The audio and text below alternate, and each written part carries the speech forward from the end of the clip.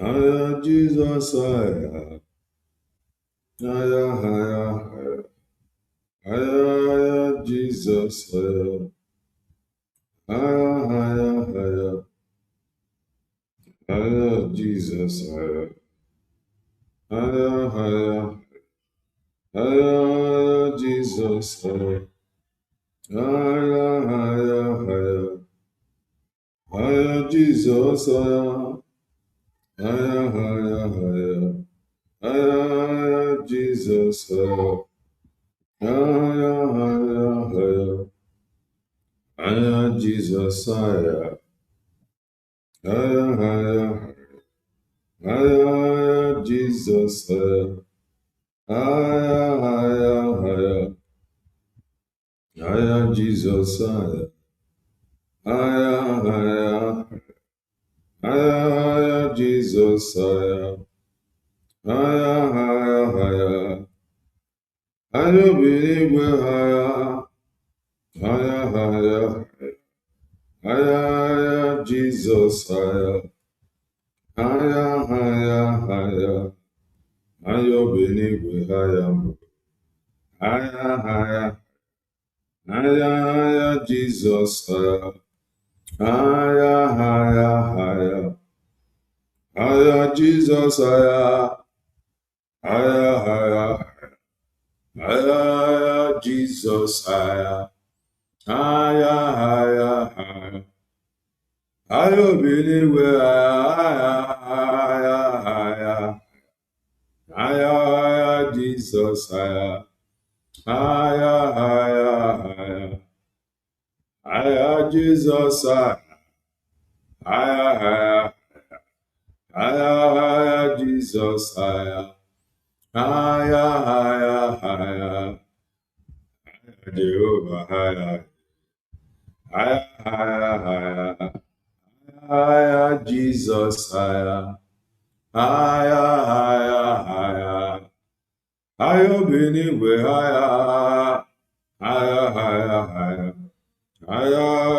Jesus, aya, Jesus, aya, Jesus, kenerem chimo, nwannem kenerem chimo na chimemena, kenerem chimo, nwannem kenerem chimo na chimemena, kenere nomo chim, nwannem kenerem chimo na chimemena, kenerem chimo, nwannem kenerem chimo na chimemena, kenerem chim, nwannem kenerem chimo na chimemena, kenere nomo chim, nwannem kenerem chimo na chimemena. Ebighị kebo, ebighị kebo, onye amamihe kebo, ebighị nara ekene, ebighị kebo,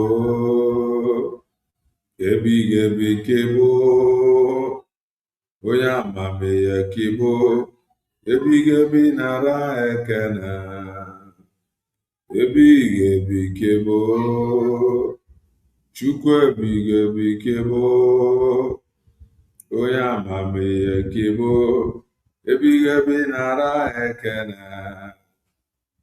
Ịdịrị m mma Chineke, ịdịrị m mma onye ọma, ịdịrị m mma onye na-enye udo, ịdịrị m mma onye ọma, ịdịrị m mma Chukwu ka dibịa, ịdịrị m mma onye ọma, ịdịrị m mma Jehova, ịdịrị m mma onye ọma,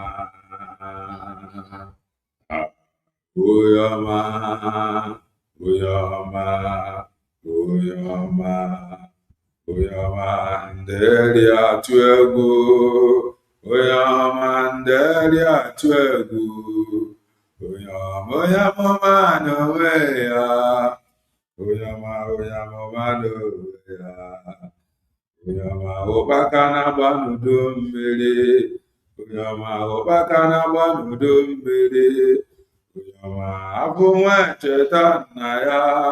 Oyama eze igwe. Oyama ọbụma mara me. Oyama ọbụma mara me. Oyama onye nkwụ ya bụ eziokwu. Oyama amụma n'ebe igwe. Oyama ya mụọ mgba na-agụ me. Oyama ọkawo buru ụzọ. Oyama na-eme mma. Oyama na-eme mma. Oyama onye agbata oyi ya na-awụme. Oyama mmụọ na-eri mmụọ. Oyama mmụọ na-eme ya. Oyama mmụọ na-eri mmụọ. Oyama ọkawo buru ụzọ. Oyama ọkawo buru ụzọ. Oyama. Ya Igbo bụ Igbo. Igbo bụ Igbo bụrụkwa na ya. Ụtụtụ ọma, ehihie ọma, mgbede ọma, depending your time zone. Anyị ya dị ka echi, maka na echi adịghị agwụ agwụ ka anyị ọ na isonye. What are you waiting for? Click the like button, subscribe, comment, share. If anyị na-ekwu na nke ikpeazụ oyi elu oyi. If you are just coming across our channel for the very first time, welcome. This is Kelenna TV. We are live and we are direct, bringing you the gospel of redemption by your doorstep. If I make common sense, the reason I would not marry if I can go school.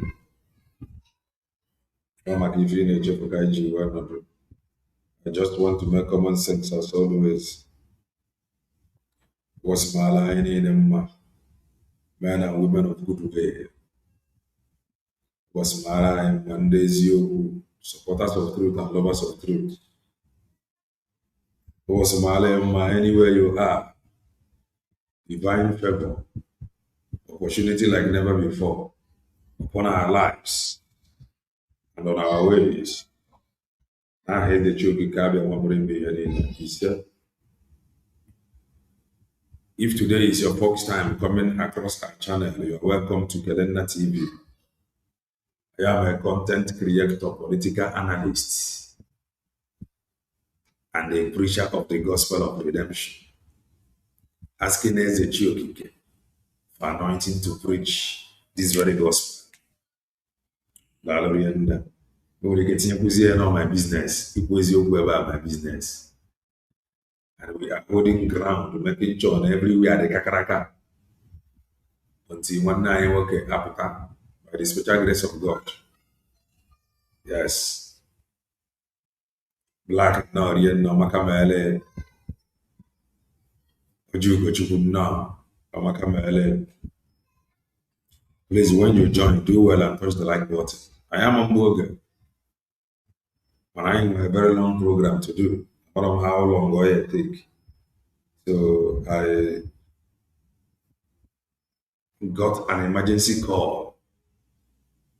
In a program I'm relaxed. I don't remember best to do, but a call. Something came up which I quickly attended to. Because I'm not very attend on so I quickly attended to it. And we are back once more. Now, what if I something I attended? Easy way. At least I don't know something I attended. And if can buy. Yes, I got opportunities people. I had there with Yano Kawa. I am the reason I here with you. I got to Muchineke's people, if time permit. I got to get one in Canada, because now I'm in Canada. So from there, I am prepared the studio so that you can call in and give us your opinion. Juliet, no, Omakamele. So do well and touch the like button. Mobile join here. Umuchineke's people, fan and basic community now. Into your if a community can have a guess. And was an IPOB, one family, IPOB member. Family the whole grade community. Yeah, one chineke, I'm actually hard to go the code because code were when nobody go, I won't know. So now look for another code. I get you when they buy or job. Okay. So I got gonna get order. I got money for the gold and from there. I got to Judea, Canada. So just anyway, never will be angry. Keke oda ka yana ya keke oda na egwu. Keke oda na-akọwa na nne ya anyị aga nga. They no grief for anybody. Ọ na-akọwa ihe na nne ya anyị aga nga. Mụrụ mma egorogoro m ya 5 minutes. Webe ọ na-abala nne ya anyị amount maazị Nnamdị Kanu pressure na ụka akara ya ka nna ya otu ime ofu. Jegere Nigeria German gọọmenti. Anyị chigagbu Ihe ọ na-agba mbọ ya wụ ka anyị chigagbu azụ. Ịma na nne ya anyị bụ Central Bank ebe ego IPOB niile n'ụwa niile ebe a ọdịda izi ya. Ego ndị IPOB kwesịrị inwe ebe a isi n'elu ebe a daa inwegasị injuri. That is ma ọ bụrụ na ọ fọrọ nwere ebe a na ọ dị ka their Central Bank, their Central Post bụ ebe a. Ọ bụ na ego ka fọrọ dị ya o kwesịrị iligoro n'elu ego ebe a nwanne ga-esi ebe a takwasị ya kụkwasị ya onwe ya. Ndị kụkwasị ya onwe nwere ife ga na-aghọta General Hospital onye aga. Mana ma ọ bụrụ na ego fọrọ ebe a adịghị emetụ ebe a aka German. Ego nogodi ebe a German. So let's see how it goes. We move. Jegere Nigeria German gọọmenti. Ihe ọ na-agba mbọ ya wụ ka ọ nwee ike hapụ nne ya anyị ịga nga. But ana m anwụnye na assurance ụmụ Chineke na nne ya anyị ga-agarịrị nga. Ya wugodi the only thing IPOB family mere achieve na these people gara nga anyị ga-eme ya. Ị hụrụ na nke ikpeazụ that's why o ji agba mbọ ịhụ na o wepụrụ Collins Chinedu were onye ọzọ wee tiga so that ka ha chizie n'azụ gawa to close that case. Chọrọ ime sure na nwaanyị a gara nga. Na this struggle na-abatazi na a very dangerous phase. Nke bụ na iri ihe ga-atụ anyị nga. So ọ dịkwa oke. Ọ ga-eme criminality onye ọbụla agwa. So irizi ego na-edebe ya ga-enwe amụrụ ya tụọ anyị nga. Ka ọnwa ife a na-ekwu na social media. Ajụọ onye why are you in this prison? I am here because I eat my people's money. The alcohol I told I eat here. Which of your people? They are fighting for freedom. I eat their money. That is why I am in this prison. And actually, today I sit to the back, like to the face back. Or you go, yeah, never be afraid. And now, Which ụmụnne m ọ dị possible. Ewepụtara na court Kalụ nta na nne ya anya ewere leta were sendịara na German gọọmenti.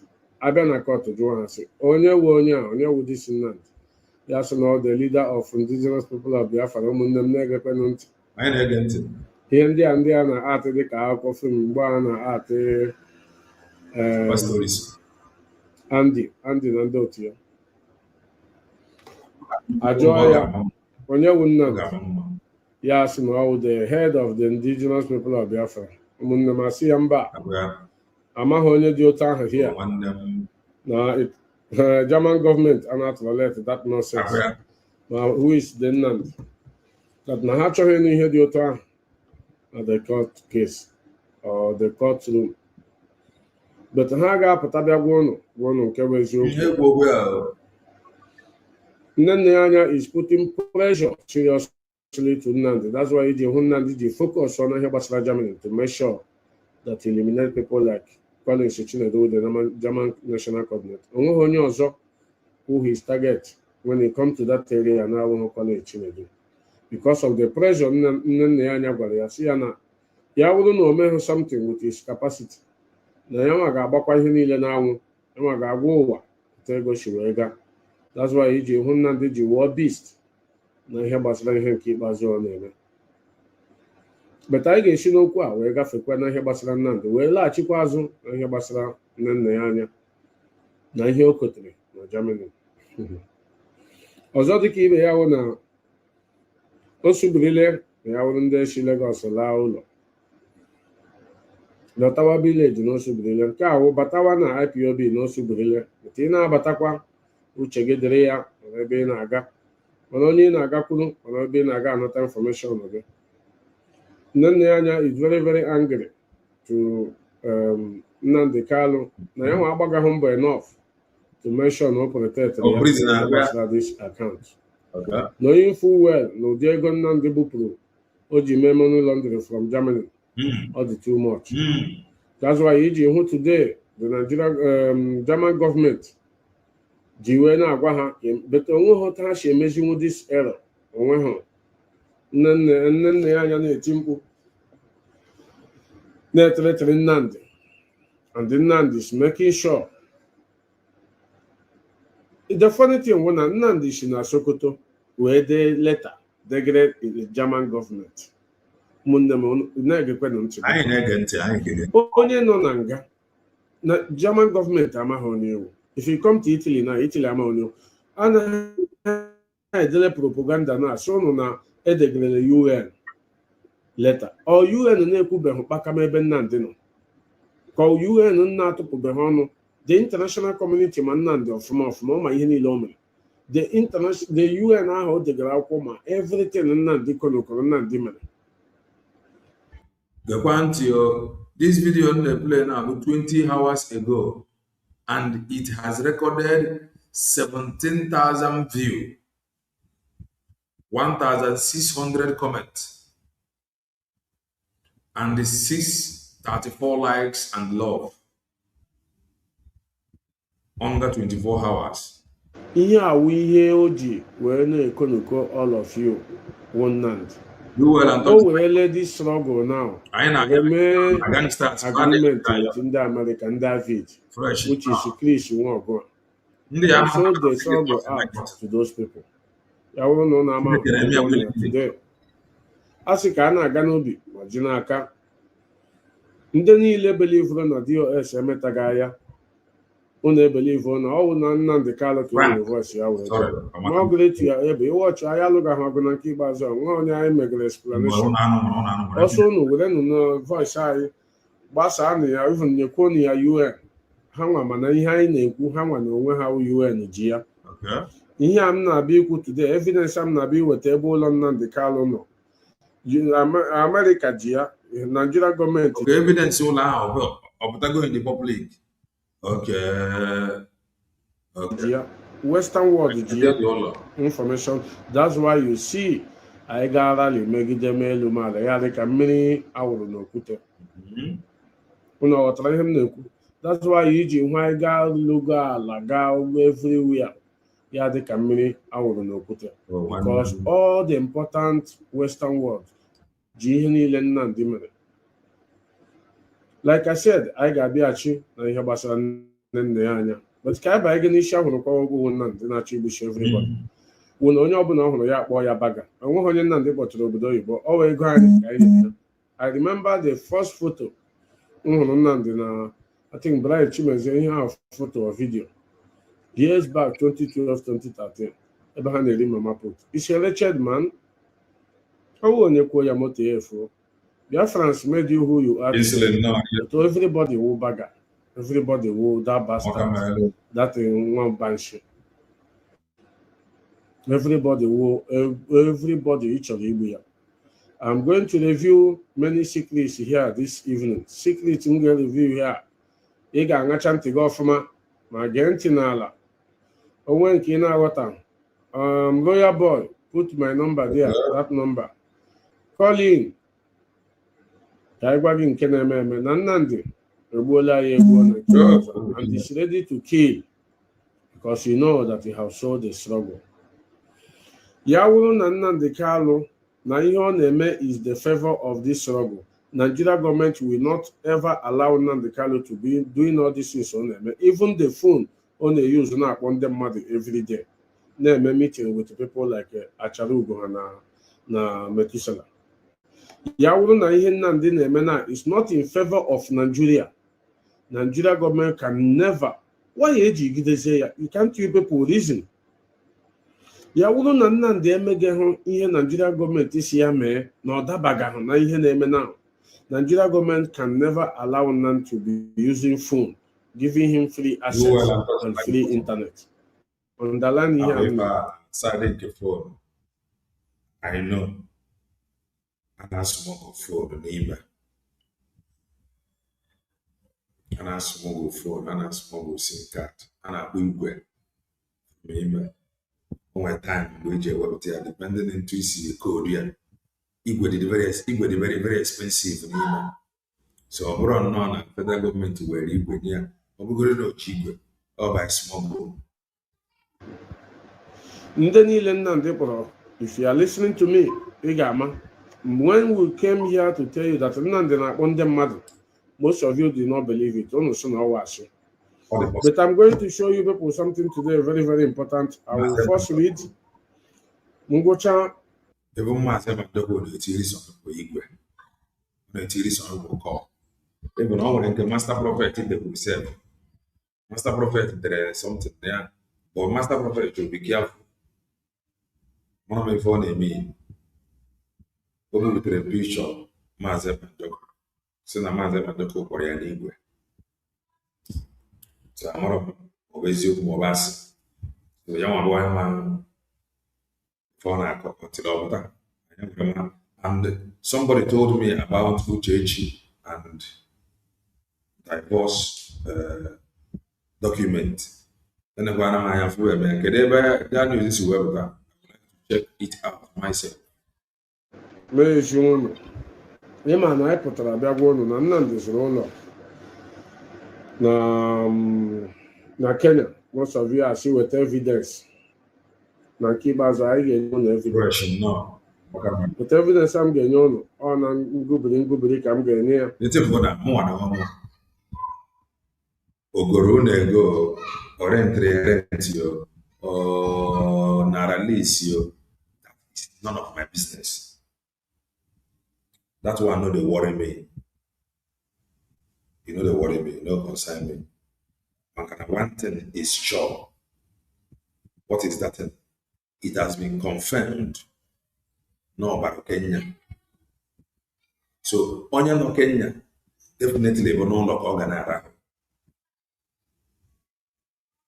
Or lawyer just no now go hotel every day. Precious no. On Onya go hotel every day. So before oil mazodi hotel organa go every day we go kiane kuno for the room or no almost 1 year. So whether mo go go or rent on our lease, that is none of my problem. The truth bona I confirm na Kenya and oya na Kenya dey be no. Forget how for the land evidence. Show me the house. In your good evidence, or what if I get again? Because as it stands now, any evidence like all our people don't believe. Even if you show them, it will still not add anything. That is the truth. But what we have nothing. Oh yeah, but sometimes when the more for the evidence, or the with evidence for record purposes. When some people that is eager to see evidence, halfway and then will not do anything with it. They will look another way to meander. Onye o mere na amara nye unu this evidence. Nathan. Ịchọzie ịma more. gị were adreesị na pikchọ na ihe m ga-enye gị ga-ajụzi ese. Ọwụ ihe a na-agbara ọgụ, ọwụ ihe a na-alụrụ ọgụ, ọwụ ihe a na-etiri mkpu. You cannot be threatening people. Ị kwesịrị isi n'azụ kpọọ sị ụmụnne m cool ọnụ down. Mpụta ka m kọrọ n'otu ụjọ si wee gaa. You believe you can stay in Sokoto to threaten every individual. I know how much this man they call Mazi Chinasa will suffered to protect you.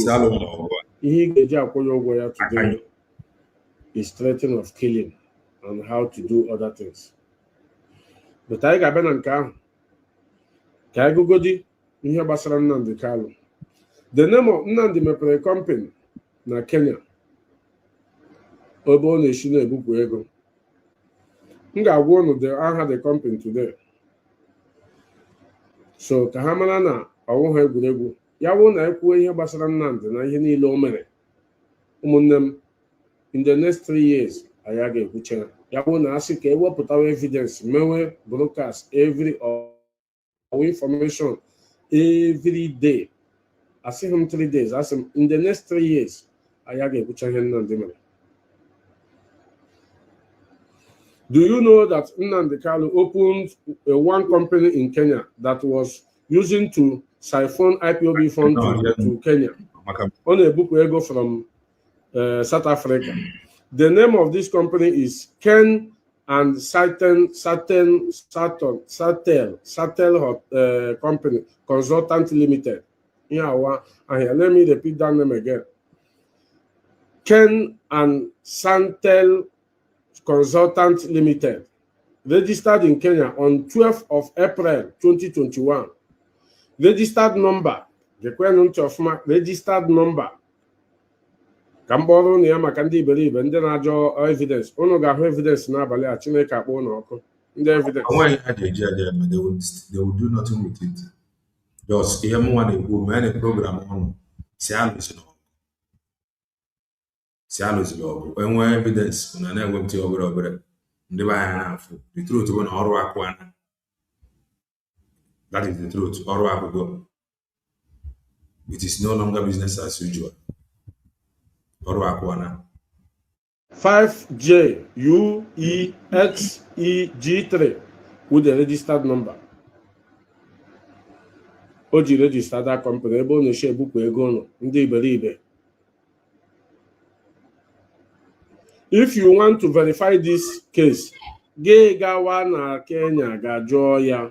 Ọwụ ihe enyego m ụnụ, atịrịla m ụnụ azụ, mee everything m ga-eme egwu ụnụ ihe na-emenụ.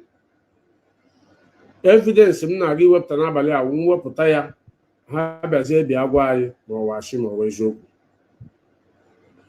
The location of these two apartments o nwegodiri Jordan apartment o nwere bought in at Purpose Horse apartment located in Kitale Lane off Dennis Road, Kilimani State House area.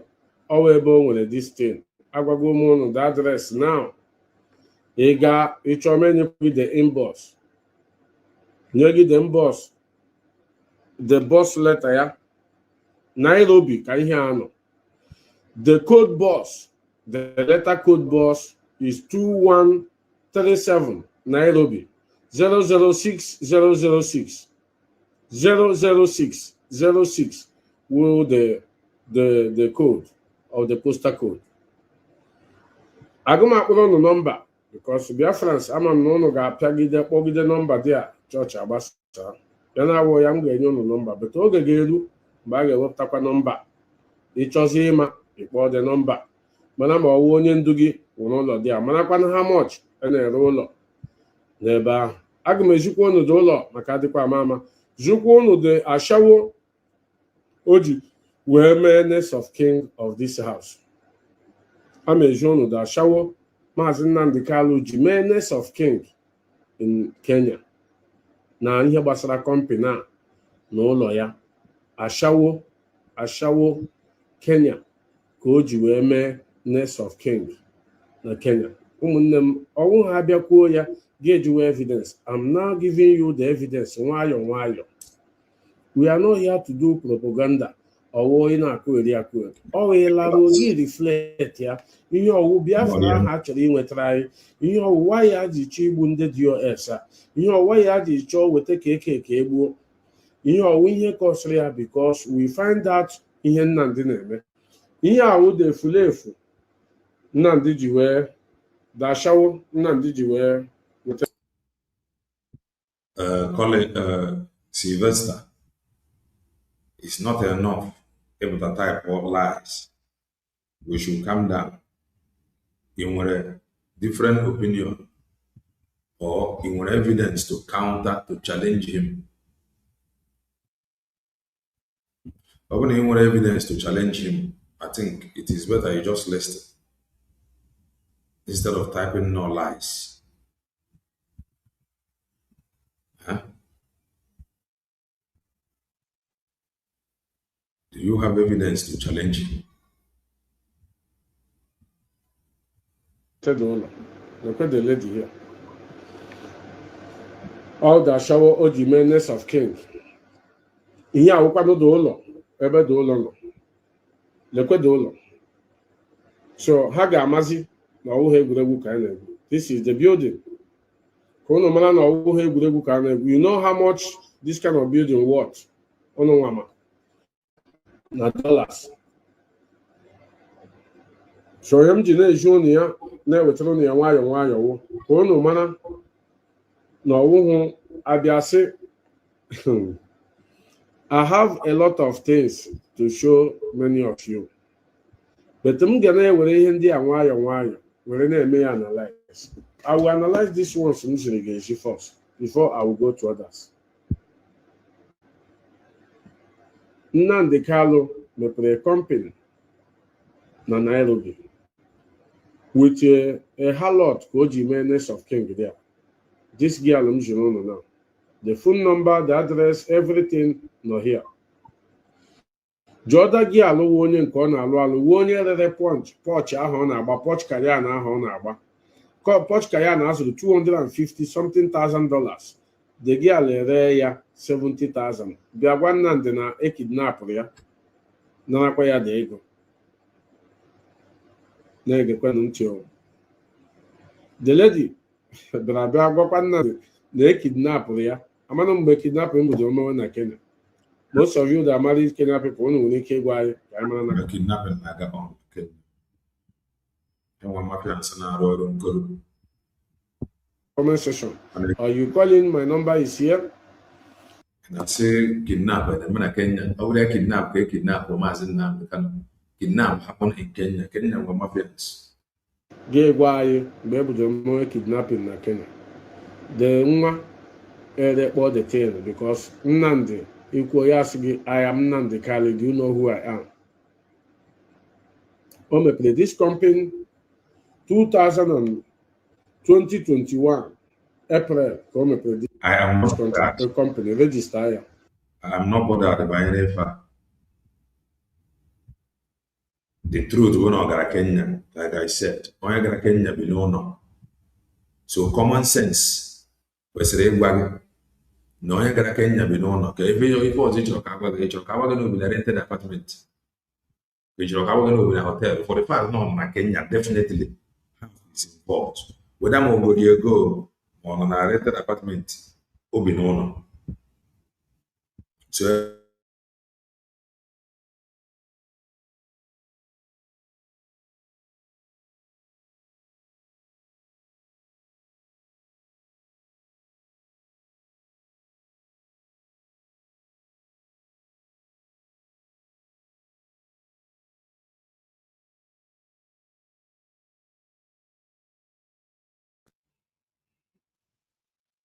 sorry about that. So as I was saying, everything I go if I gonna agbara leka. Ịmana ndị be anya na-agba kalịkalịka.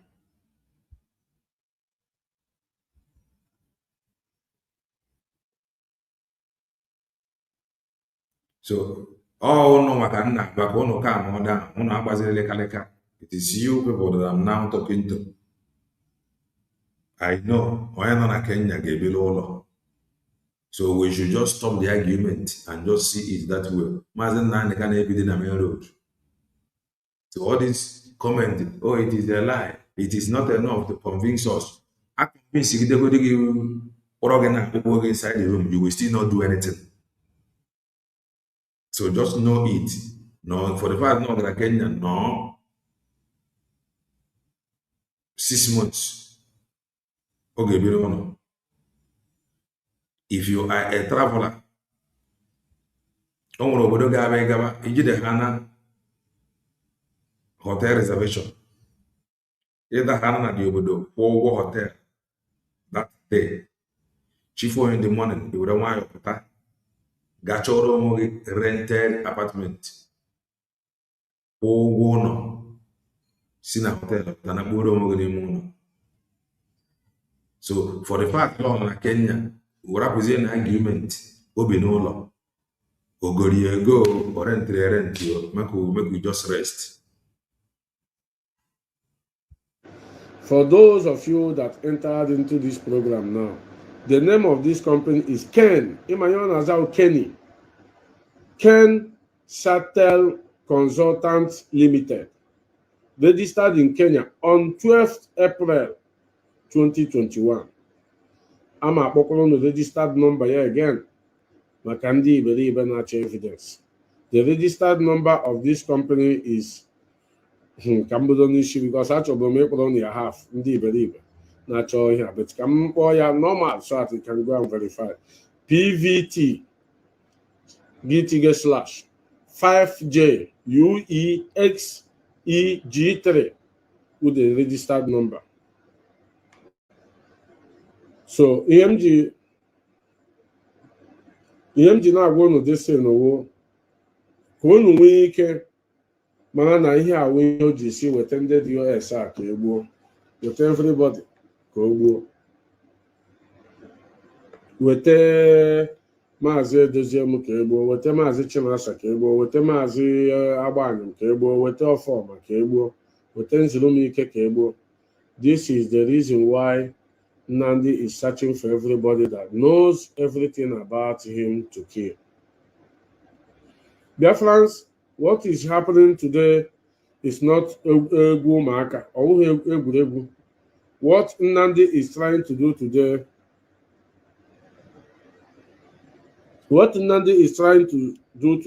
is to kill. Ima honestly Kenya on evidence. I can know evidence. Nwunye ya arịrị that Poch Kanyan weni ọ ya nwere the Poch Kanyan ka a na-aghọtakwa na ihe anyị abịagaghị ịtụ achị. Ife a bụ ife ọnụ nwanne na-eme one family ga-ajụ onwe unu kemgbe niile esekwu ihe a. How about IPOB family member in Kenya? What have they said? All the possible maybe long like Kenya without IPOB family member in Kenya knowing it is possible because when you're in a zone, you understand. Please, does it mean because he a leader, he does not have life to live? This fool is called DOS has nothing anymore to say. Oh, some of you now there, show me evidence. And you go to evidence on if you get judgment. Oh, yeah, what I'm doing, second get calm down. For the fact long like Kenya 1 year, okay, more now. So whether more rent more, it's none of my business. So we know now. So make one free all the evidence you want to see what. The evidence really you know when you need to judge. Aha nwunye ya onye rere the Poch Kanyan, nwunye onye Kenya or whatever. Not only nke m siri gị, onye nke m siri gị wu onye na-manage the company, the putana, the Italian akpọ ya putana, that means the harlot, the prostitute. Onye nke a na-adị iche ka ị mara ụmụ nwaanyị ole this man nwere na Kenya. Onye nke m siri gị now wu onye nke nwe the apartment na o ji wee Kenya so one of the obodo. You got the obodo ọfụma. You got the obodo ọfụma. Ịda Iba hotel, chiffon in the morning. You don't want to not just Kenya, other countries are like that. Idarana, doba pagina hotel, so you get chifo in the morning, pagaria, show apartment, wanabua, Brunei, connect, not just Kenya, in some Asia countries, all already made all it is this Idarana, hotel, chifo in the morning, tia call, your contact, your chora iruo kwa ụgwọ ụlọ buru akpa gị ozugbo na kpuo dia Next of king. ọ dịrọ like ụlọ bongo iji agbakwa pent iji ego wardrobe even some ụlọ bongo na-asa ebere m wardrobe iji awaya ọkụ ma ọ bụ na ọkụ ha wayara adịrọ gị mma ị ga-ego gas ị ga-egogo otigbo ife niile ahụ akwụkwọ bongo some ụlọ just carry your bag enter everything ọbụla dị n'ime ya just buru akpa gị fridge everything dị n'ime ya Not this apartment. Anyị m ga-abịakwa ka m jikwa unu the lady again maka adịkwa ama maka ndị argument. Ihe ahụ the lady. Ịma ọ na-alike ndị dịkarị ndị dịta obere ọcha. Achọghị m iti ya na social media for now. Ngozi Nna ihe Nnamdi nwere na Kenya 3 ladies 3 or 1 pointed them in every part of the corner of Kenya. Ịpụtazie asị m ya achụla nwaanyị anyị niile wugama asị m ya ọsọ ya lụọ 100 wives but ihe anyị na-ekwu when he went there to have this kind of expenses with Biafran money kama ị ga-apụta may explain kọwa those and you people do not know ma ọ Biafran money unu amara ma ọ Biafran money ka o ji because unu enwere access to the central boss bụ nke nwaanyị a dị in charge unu enwere access to it so how are you sure ọ Biafran money? House, those cars can be sold. Biafra. What you did now is make sure that you kill everybody, to siphon everybody, to make sure that onwe ga-abịa close to. Lekwe na aha ụmụ nwaanyị atọ Nnamdi Kanu nwere na Kenya. One wụ Settle wụ that ihe a m gwara unu mgbe the name of the company. Ọwa aha the girl Kenny and Settle. Chattel or whatever aha ndị Kenya. The other one we Wenyi and the Irena one had these 3 years. According to evidence now, I don't want to see tomorrow. Give us evidence. Makandi believe. Evidence you choke. Evidence you choke. This girl now escort. This particular girl now this La Hanka Shuttle now escort corner na Kenya. Ashawo umunnem. Do you know that Lai Mohammed visited Nnamdi Kanu in Kenya? Makandi believe Nabia nonsense. A Fulani man visited him in Kenya. This Ifeanyi Ejiofor who have suffered so much in this struggle today. Ọwụ onye kwuo ya moto ya efuo asị mmadụ alala isi chere mkpọrọ Nnamdi Kanu, you cannot be threatening my life, threatening everybody's life, searching how to deal with everybody, because the kind of heart and wickedness I see that is manipulating you now, we have to keep all these things straight. The record must be straight for our people to understand, even for tomorrow. Ị ga-awụ okwu ọzọ eme ọzọ. You use Butozo. Kenya dey very small. If ọ ga-eri ibe ego, depend on the contact ị nwere there. Onye chọrọ iji ịfụ all these things fabụrụ na itinye kọl na Kenya ego ka o ji eri gị. Efu nke bụ eziokwu. Mana itinye onwe ife ji ya, what will you do with it? And the gentle No use. to take away the life of Ifeanyi Ejiofor, Nnamdi Kanu. ọwa anyị nwa ga-ekwu ya ihe ahụ ị ga-eme gị ime anyị ya ka izu. But you see this video m na-eme will be on record that your utterances and the evil doing of trying to kill ndị mere gị ihe ọma. Onwebeghị onye gbara mbọ ka Ifeanyi Ejiofor na this struggle. Ụmụnne m, onwebeghị. I can bet all of you. But do you know what they want to pay Ifeanyi Ejiofor? By killing him, by that man escaped assassin. Problem on here say too much. Why not allow the man Ifeanyi Ejiofor to come and speak for himself? And I do not think that this keke nor a DOS. So he should be careful somehow. You gotta go. Unless more is sure, not trust to DOS that is giving him information. The same thing can Google by an Biafra child. The Biafra child, I don't think no DOS member. So some things funny Google if I. So how sure are you if I in a who or if I were?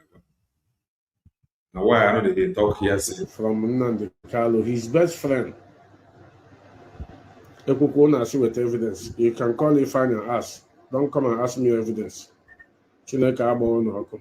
Do you believe? The lovers of Nnamdi Kanu. Now no love there. If you go to so what's now there I'm operate personal account. I know we're gonna company account now. When they are not company account. Or whatever. Company account prices are working out for Sokoto to see Nnamdi, you will know that it's not Nnamdi you know before. If you go to Sokoto to see Nnamdi, you will know that it's not longer Nnamdi. Okay, you're gonna Vietnam. Hey, Galena TV, you are right. When I visited Vietnam for 2 weeks, I did that 5-star hotel for night, and I went to rent a room for family house cheaper. Exactly. In those some of this Asia country, everything over nature, everything the name you just carry your bag, enter. We gonna carry your bag, and if you got where mainly, if we go 1 month, if we go 2 months, some apartment you get 2 months deposit, some gonna get a month deposit. 2 month deposit, you have one if you maybe. It's good about an fish. Thank God they confirm go where. Now the one I did now hello official. Don't give us lot of information without link. Link all call and receive. You used to know as a supreme leader. Thank you because because the heat that is on them, that is making them, they can do anything. The heat on Nnenneanya in Germany is what makes Nnenneanya. It's not just condo apartment. It depends on my home. It depends on not just condo. To be threatening Nnamdi. If he doesn't use his power to do anything now, or to do something rather, well furnished, that one she have no option that everybody need now. And Nnamdi doesn't want something like that. But I get anything I can buy now. No, I don't have another program. This is the one we are dealing with for now. So after this one, I will bring another. I get anything I can buy him there now. Then even Nnamdi gara aga solo. Then an apartment here. They show me evidence. I will show you the evidence of the building. See, this is the evidence. If they are watching, tell them, is it not in this apartment? Not here. I have given you the address, given you the code, giving you, do you know how much cost here? Do you know how much? You don't know. You will go and ask question. Makalo Yeperimako, who is sending letter to UN, sending letter to with the help of Nnamdi, sending ego kwadoro lawyer makwado ihe. A person that they sentence life imprisonment under terrorism with ka aha ya Simon Ekpa gị na-ezuzugharị na-ede na convince ndị mmadụ na ejikwa send ya letter to UN ejikwa eme nke a. UN ọwụma for how many years? Do you know how many we did rally in UN 3 good times since akwara jide Nnamdi Kanu? We sleep there 3 days. The third day ya, second day ya, ka Maazị Chike Edoziem say we should enter inside. I have inside that day before. Emechakwa ha may accept. We now came outside. Ihe bere idere letter Nnamdi Kanu with your signature onye nọ na nga gị dere German government letter. The problem is that you are putting yourself in problem more and more. You are putting nne anya ụmụnne gị. Chineke si arụ ọrụ ụmụ Chineke. As fine boy have joined them now, aka ga-akpara ya. Otu ọ na-akpara ya na Biafra land, ọ ga-akpara ya here. Ihe mma n'ụwa ahụ na oji ọfọ ga-ala. You see all these men unu na-akpọ n'ọnụ today na-eweta ka egbo, which I believe I thought that you were intelligent man oge nwawo Nnamdi. Ama m na intelligent gị nwe only na mouth to speak English. You read and don't forget. When you come to diplomacy, you were a wicked man. You were a wicked man. You don't show remorse at all. I can boldly tell you that. You are a very wicked man. And that's why you see we suffer today. Biafra did not come on your own time. Your wickedness is touch none. I have evidence. I know what I'm saying. Instead of you as a guy man, my guy, Chineke, cool on down. When I come out, I will explain. As in but what you do is to threaten their lives. As I'm saying the truth now, tomorrow there, I'm taking you to court. Do you think I care? Do you think you don't have to go on your told you?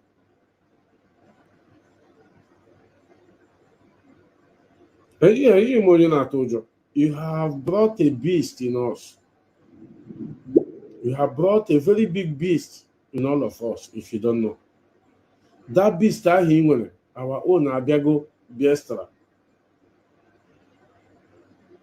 The killing and the ESN, Ipob today. Biafrans, I want to give you an assignment this evening. Go and cross-check the Facebook of Kalunta, Facebook of Prince Meme, or any family member of Nnamdi Kanu. Go and cross-check Mahashara, that ESM boy, go and cross-check. But ndị iberibe agwara unu niile unu agashi ya. But ndị dịrị unu oji asha ahụ ya. Kalunta did not share it. Fine boy did not share it. Nwanne ya nwaanyị nwunye fine boy, all of them did not share it. But as unu share ya. People like Efulefu Anu na Ọsra. Na nke anọ na Lagos man pass man biri ọrịa. Ya na-agbara achọ ebe ọ ga-agwọ ya achara ugo. Ịma otu ikwere ọnụ na nsogbu. Ihe m na-adọkwa n'ụwa ndụ, ana m azụ ụnụ ndụ. Ọgwụkwa ha ego ya enyere ụnụ. Bitcoin enyere ụnụ 33 million. Nnamdi amapụ 100 million na-eke ụnụ. Na-akpọ every Nnamdi is calling dị ka ngarị. Ịma na the funny thing ụnụ onweghị onye Nnamdi na-akpọga ha na nke ikpeazụ. He is using his hand to make the call. Today, Kalunta went to Voice of whatever, that radio Lolo Nneka Naga. Hannah Izumez. Do you know that they have bought that radio over and now they have brought the money to buy them? They are going to Sokoto to see Nnamdi. I'm asking them no information. They are going to Sokoto now to see Nnamdi. When they come to tell you they remove 46,000, what did you do to the money? ọ wụkwa fine boy riri dị ego maka adịkwa ama ama. But a na-ekwu okwu €500,000 ndị a wepụrụ na akaụntụ. Biafrans, listen, the ESN account nọ n'Italy, which almost more than $1 million plus nọ na that account. Ka ihe ha ji ya mee? They are not talking about that. I repeat, the ESN account, Montepask, nọ na this Italy worldwide, ESN worldwide account nọ n'Italy. More than $1 million plus nọ na that account. Ka ihe ha ji ya mee? And they are coming to ask me €46,000 m sendịra Kalunta for lobby in London. For lobby in London. Omuwa sent that money to the brother of Nnamdi Kanu. €40,000. That money came out then, £38,000.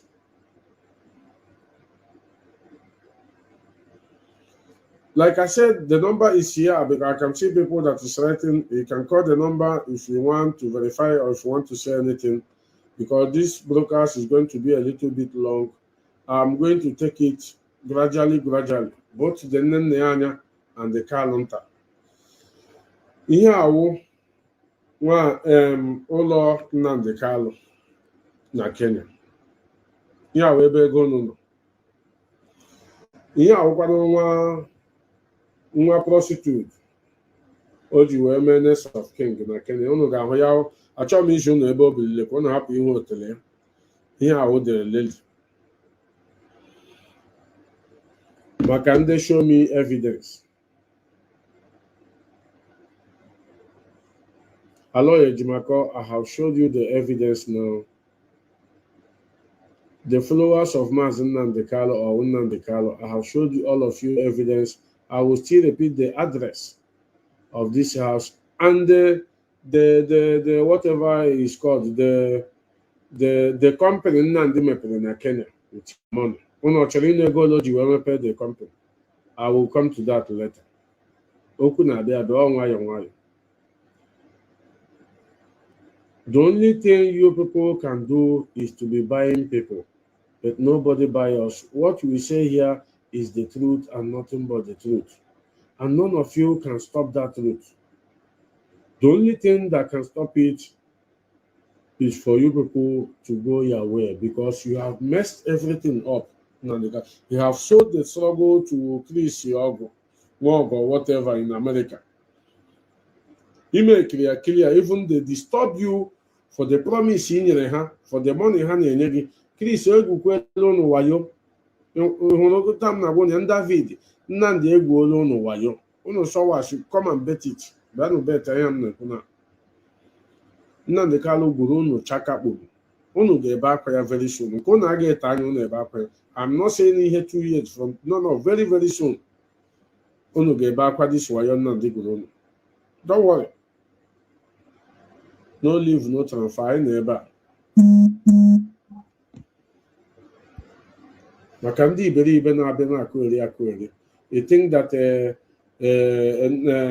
Agbani is your problem. Chinasa Nwori is your problem. Nzurumiki is your problem. Chukwuja Form is your problem. These are big boys who are doing well before they came into this struggle. These are big boys. Difference. Nnamdi nwere one apartment there. He has 2 apartments in this building. Now, I'm not going to know ebe ọ zụrụ ka m na-agwa na this apartment now. Each of this apartment costs $250,000, and they have 2, including the interior design, furnitures. Apartment worth over $500,000. Nwanne ihe a kpọga awụhụ naira ahụ. Ụmụnne ihe a kpọga awụhụ shili ego ndị Kenya. Ọkwa dollar na euro ka anyị na-akpọ ahịa ihe. Do you know that this money I have been calling for over 1 week now, that which we have if we use it to pursue Biafra really, genuinely, when the Nigeria government will know, I swear to God. If at all Nnamdi Kanu come for this Biafra, with all this kind of money he's using to buy Porsche Cayenne, buy houses, Nigeria government could have given us either regional government by force or putting referendum. By force, so I wouldn't by force there. They didn't guy by force. On don't know by force. But that they make some of you are see I had the voice of Nnamdi Kanu. That's why I come out. He won't believe it. His voice, he was born voice, doctorate of state. I live for it. Or voice, if you talk about what Nnamdi Kanu is doing, okay, can any of you make a call and call me and tell me what warrant Nnamdi Kanu to be threatening this DOS? Can any of you call me and tell me here one of them, any of them may go? I want to know. People are watching.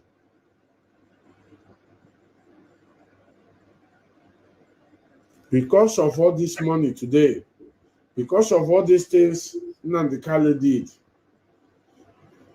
all bring all of them and kill them. I don't want them to know everything. Like I said, Nnamdi like onye dị ọcha. Nnamdi like onye dị ọcha. Ọkwa mmetụ meji unu ya, because o nwere nke m ga-eji unu ma ọ ma mmeshiwe. Ekwenụ ya, this is a prostitute in Kenya. This girl will nest of king in these 2 apartments. Nest of king. Oh, this girl can Nnamdi ji mee nest of king. Not any of you ndị believe. Lee ya, ọwụhụ building ụmụaka. Ọwụhụ building ụmụaka. Even in Europe here, you can know that this building is not a real obere ụmụazị na-ebi. Ọwụhụ ebere ụmụazị na-ebi. Ọwụhụ ebere ụmụazị na-ebi.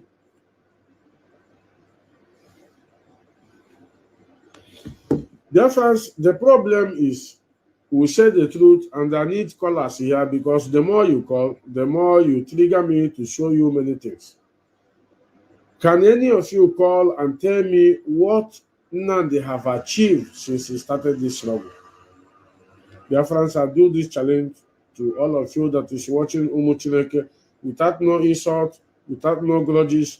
Can somebody call me and tell me what Nnamdi have achieved since 2012 till now? If not, the loss of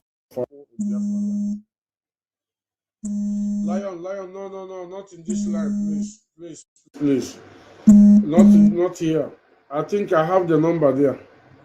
I see people are calling already. Please check that number and call there. I'm using this one for the program. Mazi, please hold on. Let me on this thing. Hold on a minute. Hold on.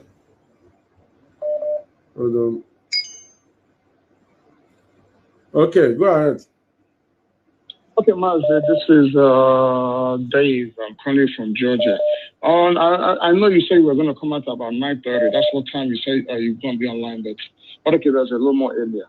So I'm just video like 10 minutes ago now watching. But I was, commenting also, reading the comments. There are so many dummies here on this comment section. They nonsense, they that now is propaganda. Most when they put that now. The address you called, I didn't know what you called the address. The address you mentioned that somebody said they lived in Kenya, that they type it in or again that they are not, that is not true. It's all error. It's not. So that's why I was calling to call your attention in case I want maybe most of them they could have seen. They got dropped my address again or whatever. Because here in the mail, Maza, I will drop the address. I'm coming. I will drop that address. Yeah, I know, but I understand. Like I said, I just been out watching him, and a lot of people not commenting him. All would do to believe had mail had to him. Input here now. Here this idiot right. You saw them to pay attention and see for themselves and pay attention to know. So this is one thing that kind of pisses me off. This useless people not commenting here. Or they can, most of you guys who media warriors will just come out Do they think they love Mazilan more than we do love him? You guys will just come out here and just be instigating Mazilan they can without no evidences? This is how dumb most of these people are. So when you listen to their comments, given that these people, they know, some of them know the truth, but they just refuse to accept the truth. Maz, how's it going on? They gave them money now, so you're not surprised. Yeah. Just right on Maz, we're still here with you watching. Thank you. Jeff, when they were watching it. Hello? Hello? My brother Keke. Who? Yeah? Watching the download, she could have them. And I know stories. Yeah. Ganilo Mazi, Ganilo Bapi also. Yes. Yeah. The TOS, as I said before now, I will look what to do. We have a lot of work to do. Nnamdi Kanu is strictly working with the Nigerian government. He's working hand in hand with the Nigerian government to stabilize the struggle. IPOB had the chances of restoring Biafra, or at worst, the regional government. But this guy is just trying to make sure that all the effort and sacrifices for this struggle are where West come in reach. Is our Ghana. The Nigeria politics with the blood of the Biafras. The Biafrans in Biafra land and the Biafrans in diaspora, they should not listen. They should form a strong synergy with the DOS. Let's fight those people. Fighting Nnamdi Kanu now is like fighting Nigeria government. Fighting demon. When you see Nnamdi Kanu, demon.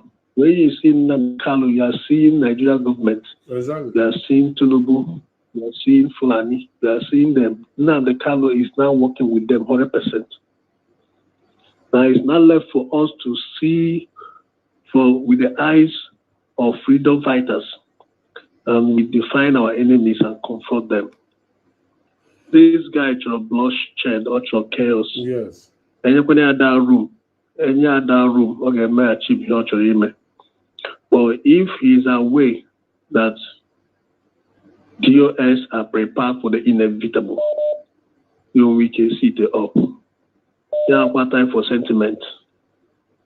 Our leaders, the DOS, they should sit up, start brainstorming, start engaging people that want a good mind, want a good spirit, that love Igbo land. Let them rise up and confront this animal for the safety and for peace of Igbo land and Biafra at large. Nnamdi Kanu is a criminal. There is no room for sentiments, no room for mercy. The money of IPOB on our squander should be recovered 100%. I'm happy to say, Mayor, there is a normal wage emergency. He is trying to intimidate everybody. Because UN, that is so funny. Jail. Except the prisoner or life imprisonment or sentiment or a juggle, also send there about all the man now for game. Destroy IPOB. Exactly. But you could take it. All after your jail, truly. Who is now not a prison, not a jail? Because in a morning, was about 9 is a muscle. Be careful. People should see the handwriting on the wall. Mama, the enemy we have now is Nnamdi Kanu and the family. Yeah. I know we are able. We have capacity. We have capacity. All we need is to come together and brainstorm. But this is broader than Europe. You should write to all the necessary bodies. Many has explained that Nnamdi Kanu is a criminal who stole public money. IPOB is not family business. IPOB represents the Igbo people in France who contributed money for a cause. This criminal hijack have contributed for a cause. Hijack an area where they live life. So I know that DOS and France with a capacity, they know the right thing to do and how to engage this guy and recover our money. You can put a lien on all these properties. I know there is a way out. There's no way. There is nothing that the word impossible does not exist. order Inaka to start brainstorming on the way forward. I am calling from Biafra land. Okay, God bless you. Jishike, chegedere ya nwa Chineke. Yeah. Ndewo. Yeah. Biko nụ ụmụ Chineke ndị na-akpọnụ cherenụ o nwere onye bụ ụzọ kpọọ m chọrọ ịkpọ. Okay, let me pick this call before I will call Lemon. I will call you. Mazi, go ahead. Ndewo. Unmute yourself. Ndewo, Mazi. I greet you, sir. Mazi, do dịrị gị. Olu adịka olu mma, betu gaa n'iru ka amarakwa. Ndewo, Mazi. Mazi Obasi. Mazi, do dịrị gị, Mazi Obasi. Do dịrị gị. Thank you for the work you are doing. It's not easy to be consistent. Those who are not involved will not understand what it means to be consistent. So, thank you very much. Emanandi was na vana wepu chizu onyiro mmeri haji wezi na Ipob na marezo kuna aka azụ dị ya. Yes, one. Ihe mere njiwe na respect IPOB, na respect ụmụ Biafra now more than ever. Bụ na ọ bụ na agwa ndị mmadụ ka m were ya n'afọ 10 gara aga na ndị Igbo, ndị Biafra n'onwe oge eru ha hapụ ije maka na ha fụrụ mmadụ n'anya, maka na a na-akwado onye a, maka na onye a si vileji ha, maka na onye a, maka onye etoka, onye asụgo oke oyibo. Ha hapụ maka ihe ndị a niile were tinye uche na nke a wee eziokwu, wee sogidesie ya ike. Ọ bụ na agwa ya ndị ụfọdụ n'afọ 10 gara aga, ha ga-asị n'ọwa asị, maka na ndị iro anyị abịagoga gwa mba ụwa niile na anyị abụrụ ndị na-eche echiche. Lion, I'm about after this call, I will call you. You have the mic. Just hold on, my brother. I will call you. Mazi Ganiru Mazabas. Ndewo. Ndị mba ụwa niile, ndị ọcha, ndị fụrụ ndị anyị ma ama na afọ ha anyị n'anya edeela akwụkwọ kọwaa n'ụzọ dị iche iche na ndị Biafra, ọkacha na ndị Igbo be anyị, na abụghị ndị na-adị objective n'okwu oyibo, na anyị nwere ndị dị emotional. Mana ihe mege na IPOB in the past few months enyego m nyawo comfort, confidence. Omego m kwụsie ike n'ihe m kwere na ya, n'ihi na afụgo m na ndị be anyị amụtago ihe. Ndị be anyị dị ogo politically smart. Ha bụgo ndị ọ ga-abụ ha kwuo eziokwu, asị gị na ihe a wee eziokwu. Ọ bụrụkwa na ya bụrụ ndị na-esi eziokwu, kama na o nwezi ebe o ruzi mgbe a nụchara ya Biafra na ihe ndị iro anyị si wee mee, na otu ha si wee hazie ndị be anyị, otu ha si wee mebisisia uche ndị be anyị. Ọ dịzị ka na-asị na ya bụrụ ndị nwere akọ na uche. Onye pụta ha n'afọ obere ego, anyị esoro ya. Onye pụta ha n'afọ ọgbọgbọ oyibo, anyị esoro ya. A na-agwa anyị nke bụ eziokwu, anyị na-efisi kpakakpaka.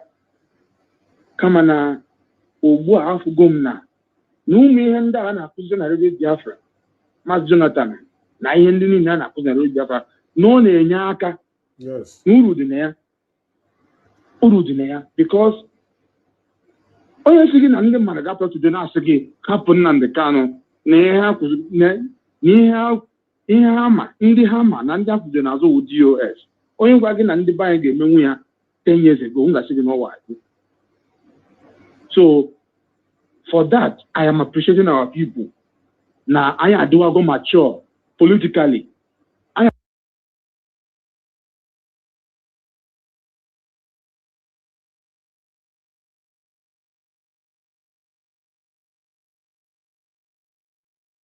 O nwere ajụjụ?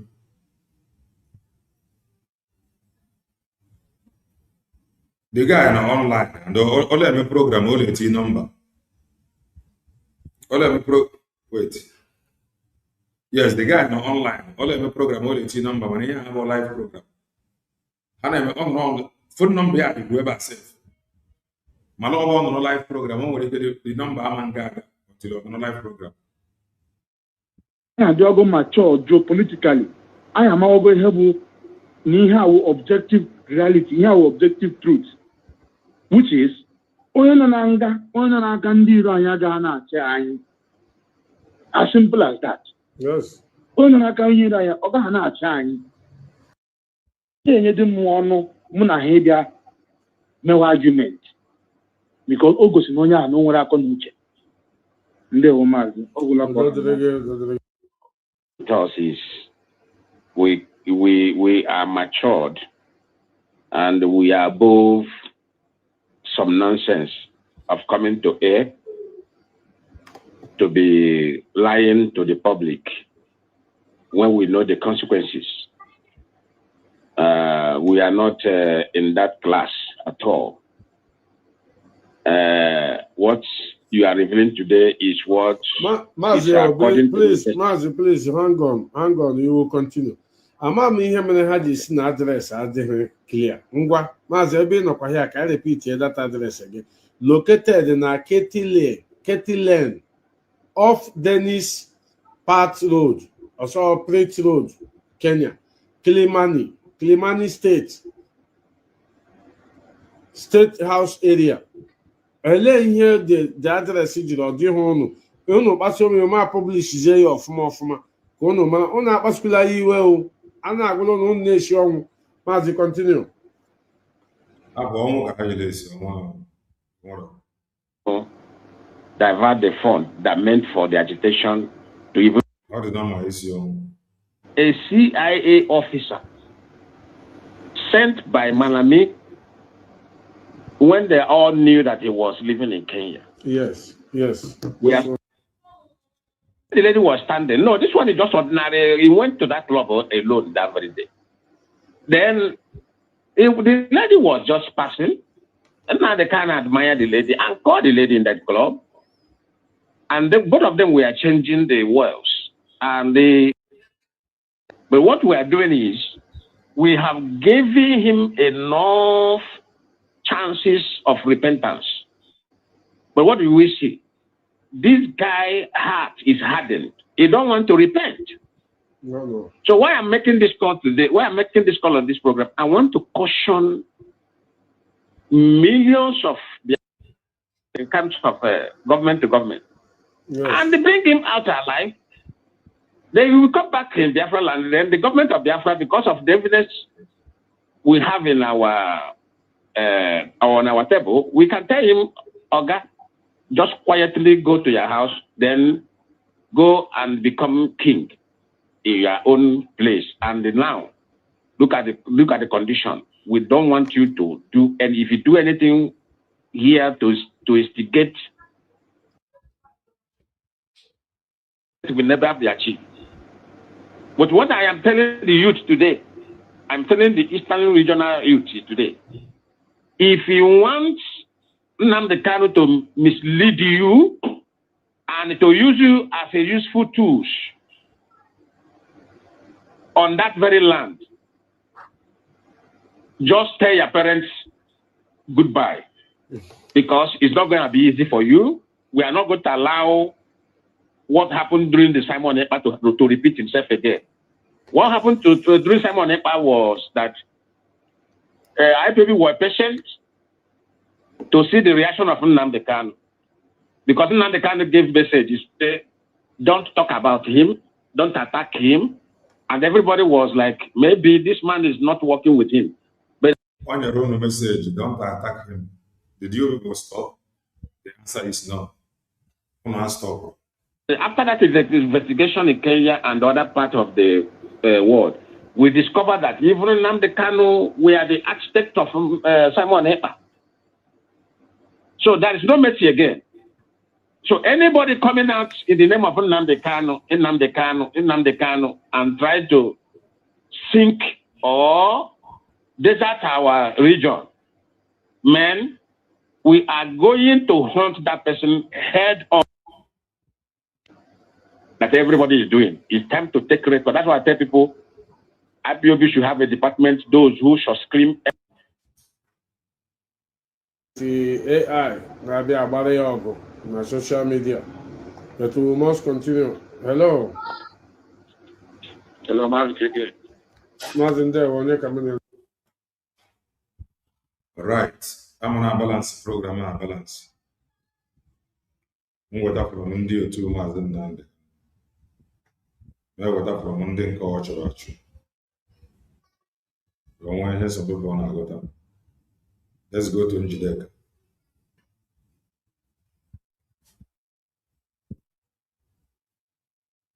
Hey, ọ nke a bụ eziokwu. Ahụ ya. Nke a bụ nke onye ọbụla ji aṅụrị ọṅụ. I want to expose the one of the SDOS Dove Umahi paid $500,000 for him to stop talking about Biafra freedom. Okay.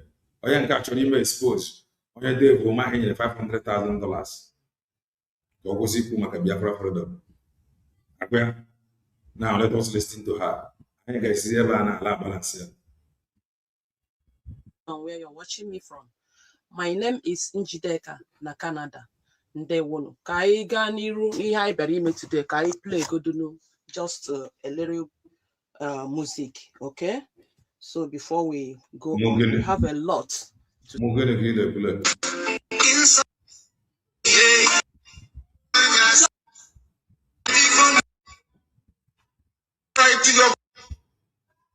ị ga-etetụla one day ọcha aghụba n'anya ọ na-afị everywhere. Biafra is here. Rapụ ndị na-aranting ka ha na-aranting. They will dey where they are gossiping. Biafra announce ya ozugbo ọcha aghụba n'anya. Where they are still gossiping na-achọ ndị ha ga-scam. Announce ya. While our leader kọ na n'ọrụ with ụmụnne our leader and other people dịkwa involved. Avid na ndị otu ha ambassadors. Biafra is here. Yes. These people amaghị ha na-eme onwe ha. They don't know. So ha che no the time of ha no with our leader nke me a leak a secret. Ana-aga all this ijegasi ka e wee meet sie ndị matters in the world. These gangsters China sawa nkịta na ndị otu. Ọ bụ maka ya ga nji bịa o. Nka na-abịa ka m tụnye ụlọ azụ. Nka na-abịa. China sawa nkịta na ndị otu ye a na-agba mgba. Our leader na-aga diplomatic move na other people. Anaghị aje na-elik ndị zoo ewere ego na-afachisi. This is not the time anymore. We have gone far. Yes. Ebe ha ababere aba before abakie. O ya eme ha n'anya to vam. Exactly. Ha na-eteta ụlọ ha na-akpọ na phone. Asị na Biafra a na-declare go Biafra nke a ka ọ na-afịa na ntị ha. Yes. They will go and hide their shame in shame. O ya eme unu n'anya vam.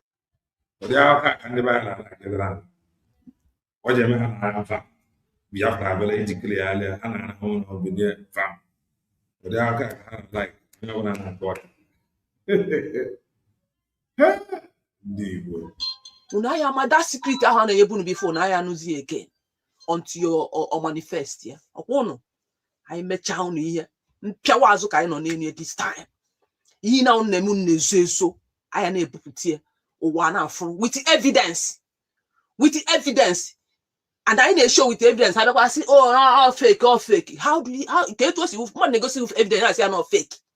To tell you how these people they were food the heart. How when you don't know show signal brothers. Each day ozuo this phone. I see no brothers zuria. Each be an carried handed. Okono fundi ya na habia rezo Biafra. Okono fundi ya wete Biafra. So how wete ziyara Biafra? Biafra land a wuzi oshi na mama. Ndojo. Which is makwana nwekwu ihe ajekwa iweta. They assign her for it. They are not making any move. Ihe ada after ya ego. Ka ngara ije n'ogologo okwu before mbido itiwanye wako ibe nsuwe. Anyị ege our leader broadcast just a little before I aga n'iru. Nenu m ha na-aka ọnụ mother of 5. 3 lawyers. Ụmụ m na-atọ bụ lawyers. Ụmụ m na-atọ bụ engineers. Ụmụ m na-atọ bụ engineers. 1 bụ doctor. 1 bụ nurse. 5 boys. 3 grandchildren. Look at me, no ring light, no makeup, nothing, no hair fixing, look at me natural, but I'm still beautiful like this. When you see me in person, you bow for me. If you are figure 8. Oh, yeah, kaya puta na kono. She no hana kono. Ono na ko on social media. Come and see me in person. And I know they're fine for phone. I know they're fine for picture. Come and see me in person. You know the fine for negi. Ka happen nagi. Oputa negi no mun negi. Ka ibia kwa ha with me. Oh, for them fine. Ka gwa gi ka m kpopụta ụmụ m. Gwa gi ụmụ ebe ha rugoro. Ebe nzudogoro ha. Ito anugo wine. 3 of my children have married. Iya uri ihe nchọrọ ịbịakwu. But nchọ ka mme ha address. Because if ha na-ekwu igba ha nkịta, ha gba nkịta iche na ha na-emeri. I have 5 children, 5 boys. 3 engineers. 3 engineers. 1 doctor. And 1 nurse. Azụ ụmụ m. Ejiro m ihe nke ụwa ebido isi. Ihe ụwa anaghị enumenu ka anyị yie the highest akwa, ka anyị yie the highest nka, build the highest we've no. Asọfara m tinye na my family. Help dim. I was into ụmụ. Today we are raping. I rape the fruit of our womb. Ebe a nọ na Canada. Onwe na company nwa m ka nna manage. Nchọ ọrụ ebe nọ ihe akịta n'ime store. N'ime store na factory. Nchọ ọrụ nchọ marriage. Nchọ marriage. And all money take care of the factory. Muna akwụ the workers ụgwọ. Mun be in charge of properties. Both houses have grown here in Canada. Or more. Oh, yeah, manager. But if a freedom fight is a freedom fighter walk out. And when people not I want and when the woundy I go on how freedom fighter but Nadia to had a bad water. Yes. So happened then I want I may go achieve in life. May he and get men over who support all the include my family. In on a Facebook na come on. In on a Facebook na come oh basa horum na go comment to na amwana atom amuka na because you know neku I don't care. I don't care. For us in Jen no di. Okay, I jọrọ joy make a gift abia na agbadom. Na agba masa. Bagide masa njo. Okay, I jọrọ njọ anyị king abia na agba masa. Go and ask them. Obo nam they lose. These people carry use gum. And today, marry one egwa hoku. Or ekwu okwu njezo maka ama na ha ji my secret. But to tell you that I don't live that such life. You know, so I'm going to her address just today. God the papa. I show maybe I may pay other things. If I open my mouth to show you something, mega achieve no mom. You guys went on Jideka na Canada. No more. You could never believe, and you will never know. Okay, bro, ne notara. Papa ne no here. Odika ya gani chere. I kwesị ịnụ our leader before anyị aga n'iru. Our leader will dike dị ọra mma, whether you like it or not, whether you hate him or not. Our leader will dike ka ọra mma. Okay, so unu na-agba mgba n'efu. All of our people, his people love ya, so you will hear from him. Okay, because I get into more before I bido.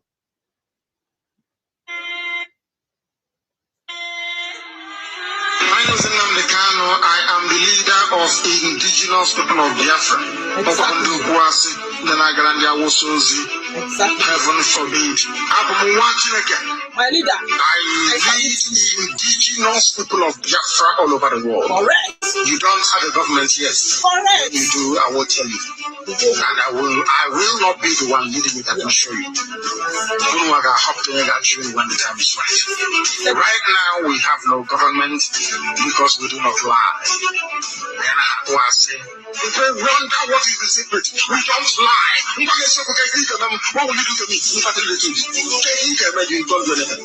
Therefore, we look at you and we tell you the truth. 39 plus 1 416 523 6839. Biafra to come. I am telling our people so they understand the mountains. I didn't say what mountain. So they can continue killing people. That. Open the earphone. So, then you are not a born again. Now you are. He's asking. I salute you.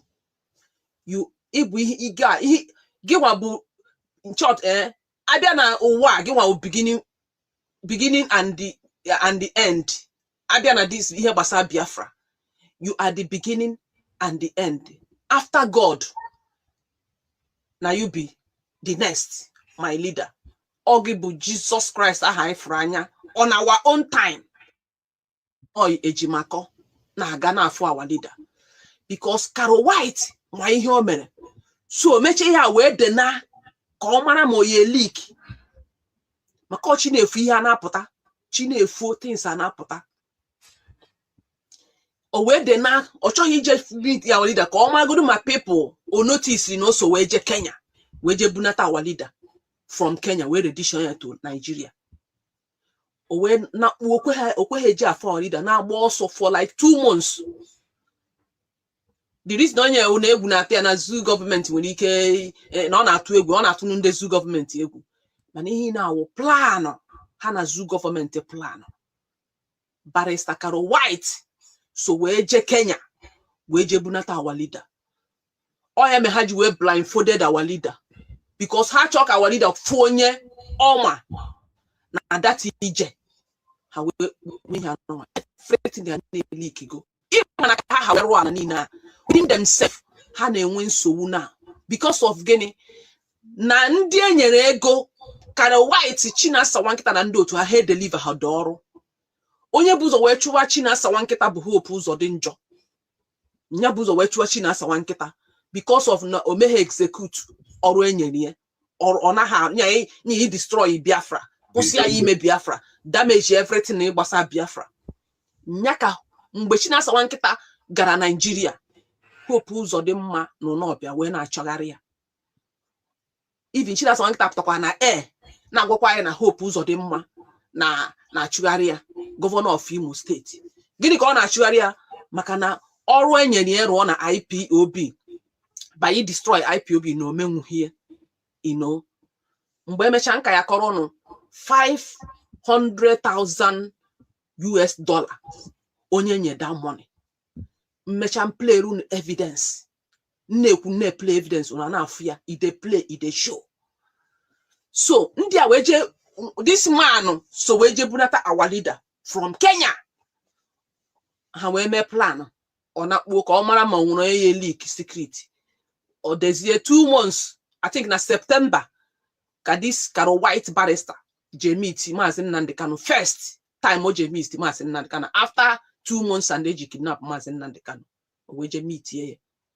mana now ọrụ enyere ha aka stigo IPOB ekunitegokwa again na wax enwego nu HOD nwe nu DOS IPOB abidogokwa na wax stronger now government na dizi annoyed with them because of ego niile ebunye ha ruo nhọrọ agwa ha ruo na IPOB so secret anapụta nwayọ secret anapụta nwayọ so ije ọ bụ na imoto esi search Kenya like ndị gbara flight to Kenya go and search that 2021 July I think July edition our leader jee check ka efu ndị gbara ticket to Kenya jee check ka efia ka efu na aha Carol White don there ndị gbara ticket to Kenya ije bunata Maazị Nnamdi Kanu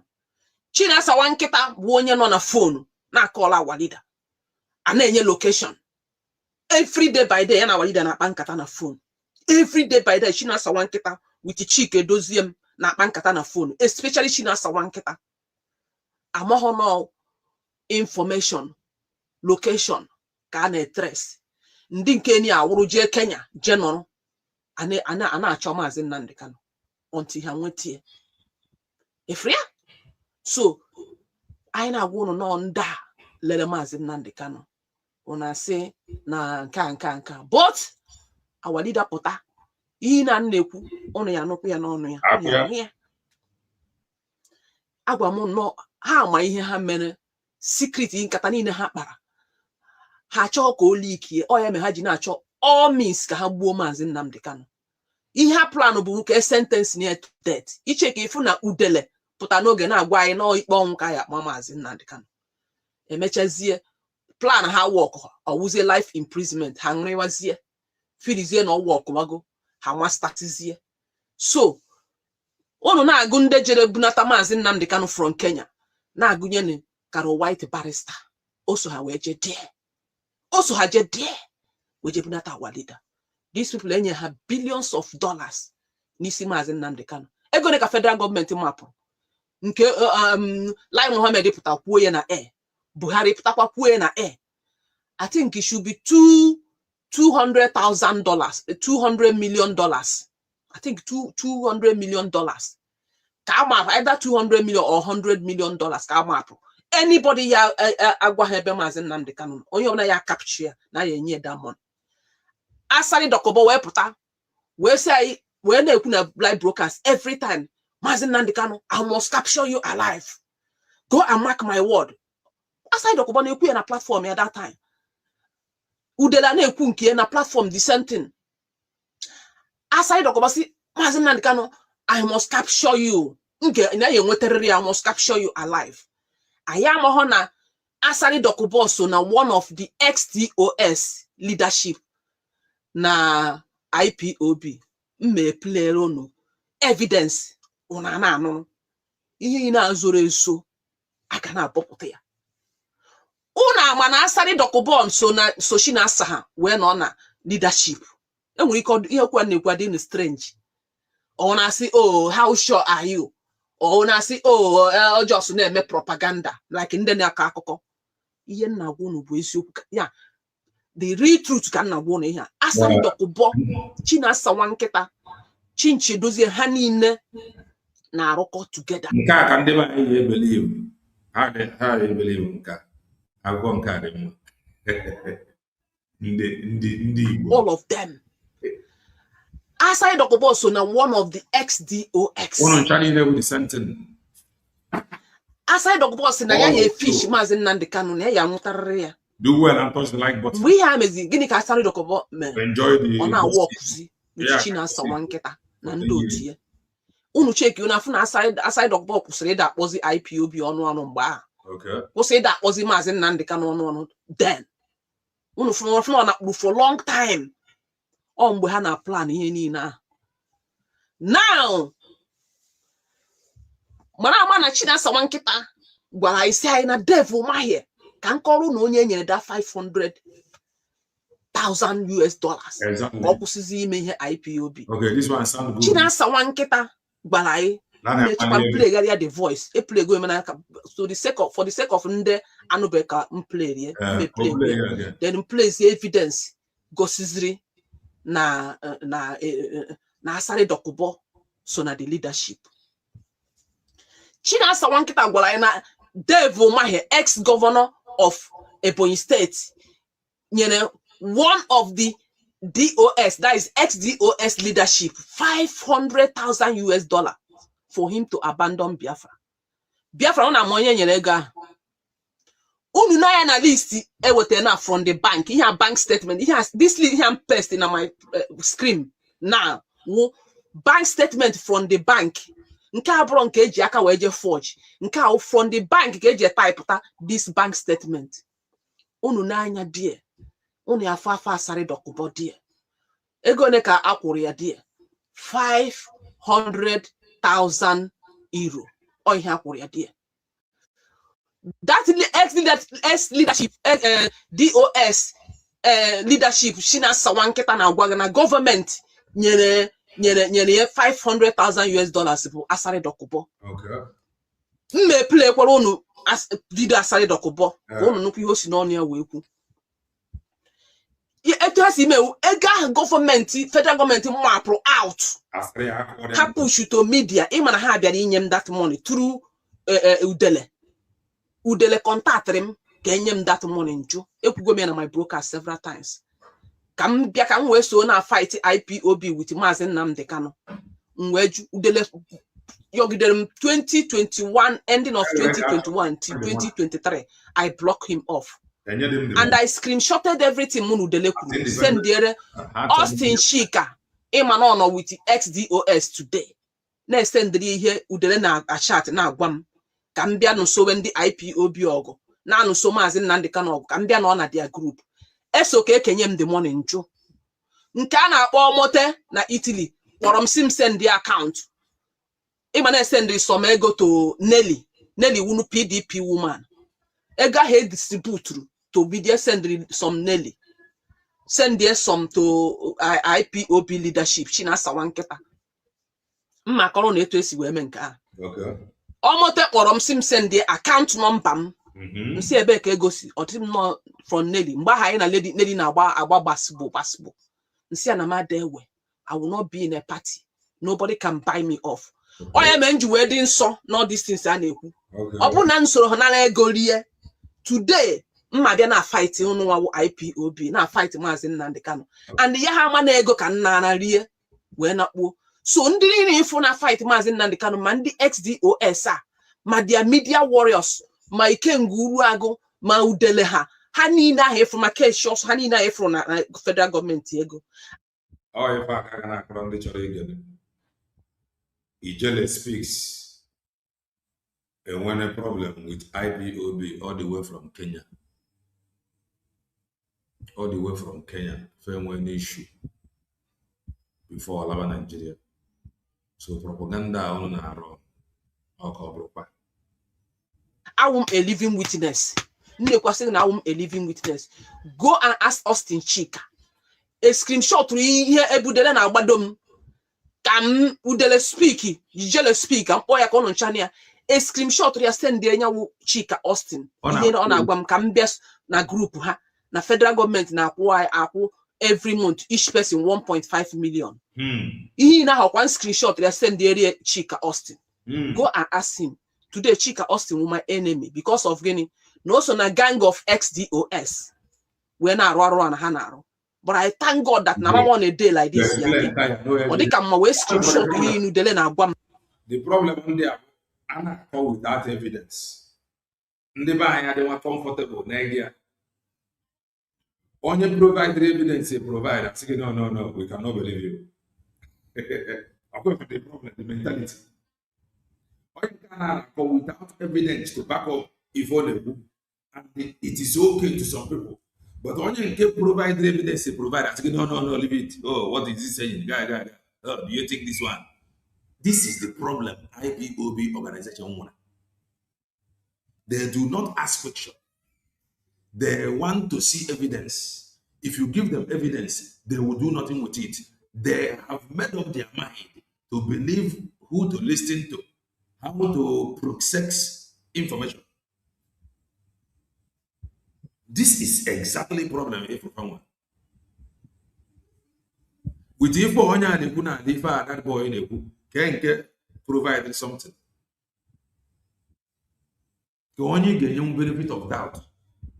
With if I want and they hear keke older than I said no, you got the benefit of doubt before when God was here. Details, come on, how authentic the evidence.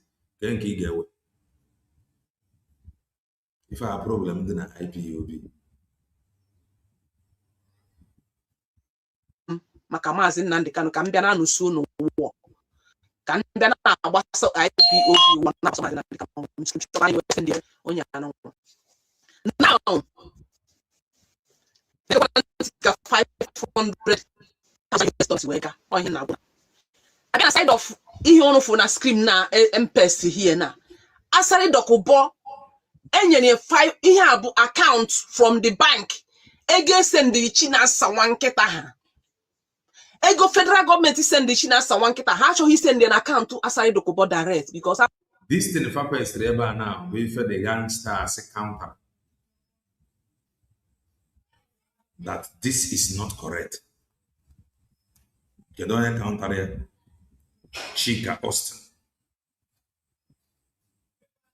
Austin countered this thing over here. all from here ka Chika Austin na-ekwu na bank adịghị edere gị Mr. With this thing ever ha butere na bụ ebe Chika Austin na-ekwu na Chika Austin is not a name.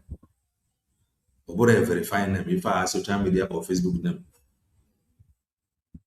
Kama fa nwee ga deeper na claim Chika Austin to prove that of a truth na Chika Austin bụ afa buru akaụntụ eji wee kwụnye ụgwọ fa gba nkata.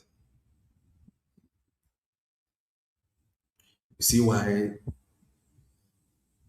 listening to them and believing them is very, very difficult. They brought out this thing, Chika Austin countered it. I am not supporting anybody.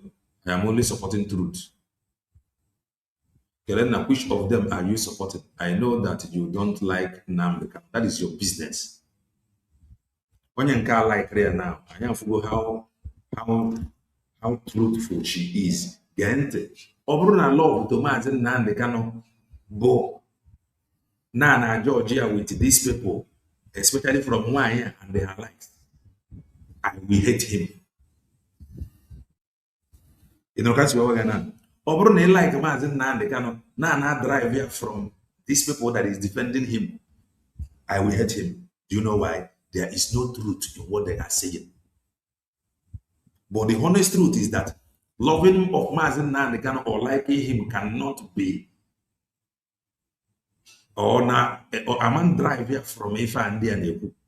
Are you proud of what this woman is saying? Are you not ashamed? The caliber of people now around Mazen Nnamdi Kanu. Show me your friend. I will tell you. I will tell you who you are. If you are there, this is the problem. Some of you went.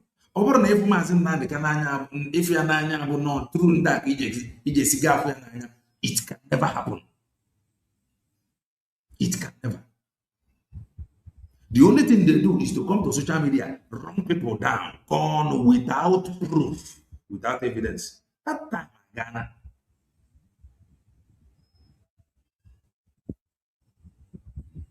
That time, Ghana. So you should go and rest. I don't want to see because they have absolutely nothing to offer.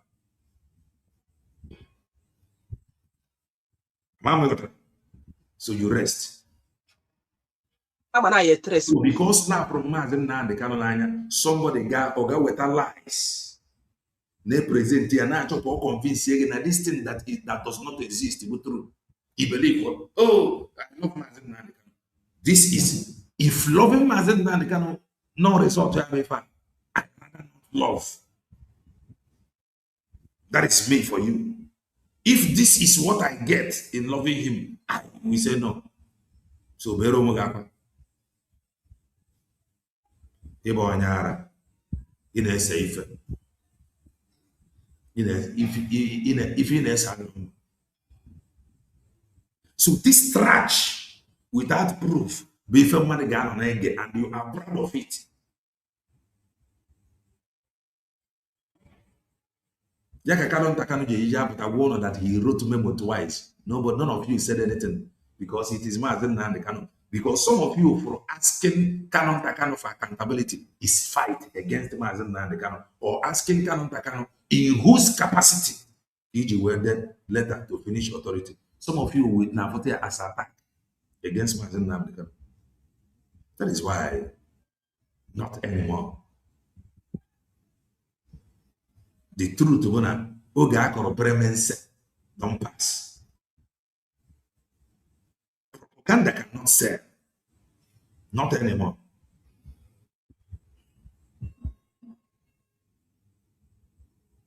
Yaka Kanonta Kanu ya buta kwuo okwu ihe ọbụla chọrọ ikwu all of you emechi ọnụ. Maka nwanne onye ndu. Ya continue on akọda ya akọda. No be me bring am. You are happy, you go sleep. Oh, I love Mazen Nnamdi Kanu. With this kind of evidence, you cannot question her. You cannot even call her to, Madam, this thing you are presenting is not true. You are not representing this man well. It is better for you not to come out than coming out to defend a man. The man after as righteous with this thing that holds no water. None of you can call them to order. You enjoy the name calling. Manaporana. Fariatia now.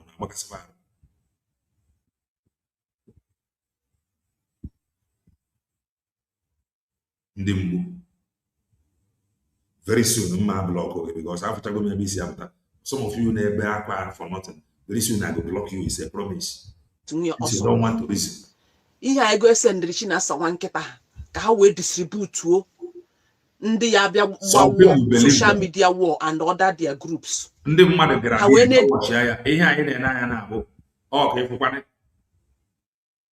This program happened yesterday. 4,300 came if I watch video. In KKK order 20 hours ago. 17,000 views being watch video. This is why nobody takes some of them serious. This is what they do year in, year out. No evidence.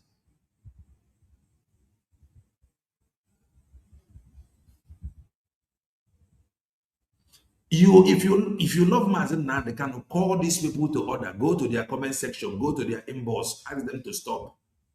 That is what love is all about. Because if I had a message, they can see it in. They are doing more harm than good. If I have Hannah Mazen now, they are doing more harm than good. Now, and that time I wrote, some of you channel all the same thing. If you love Mazen now, they can go and tell them to stop. Show me your friend. I will tell you who you are. Simple as that. The such statement, they can change him. So the earlier around him to order, better for you people. Because as long as they continue to come, I put the plan. The only thing I like here is we get one side. And when I play it, they go where we talk. Because this is not love. This boss the money. Let's send this year. Send it aside the couple 500,000 there. If I have run an power with this same document, if you compare it with the explanation of Chika Austin, I can give Chika Austin benefit of that more than if I'm here. So the more you push in a ruanya before you destroy your money, with if I'm here and what Chika Austin have explained, me will give Chika Austin benefit of doubt.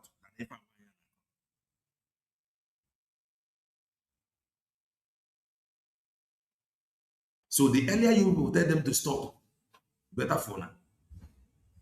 Oh yeah, but that 500,000 China stand and cut and saying na say na devil one of the leadership $500,000 for him to abandon Biafra. Oh again asari the kobo here. And in the distribute China sawanketa. He have fake from the bank case in this statement. Unu na ebe unu ya fa ha ike nguru ago ebe ha esendiri nkie. Unu na anya hi unu ya fu nke Ogechukwu Eze Dracula no na UK account IPOB account ye na efudi 740,000 euro. O ihe mere mpeso. This uche Ogechukwu na pụta agbakasị ọnụ all the time. Na ya na list. They do not need to generate any view. Rap on the side, they generate view. They don't need to generate any view. They do not need to generate. Up on the side, they are on the line and watch here. In our water, they are watching me or no more than I watch. Rap on the side, they generate view. Man, come on, yes, so send the real good here. Much, my, zoom when you fear.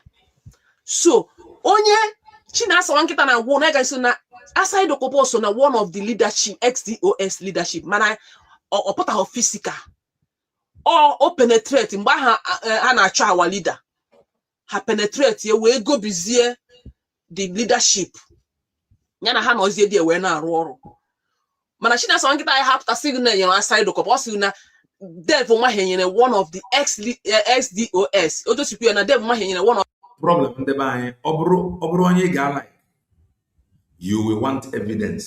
A na-eme analyze ọ na-atọ gị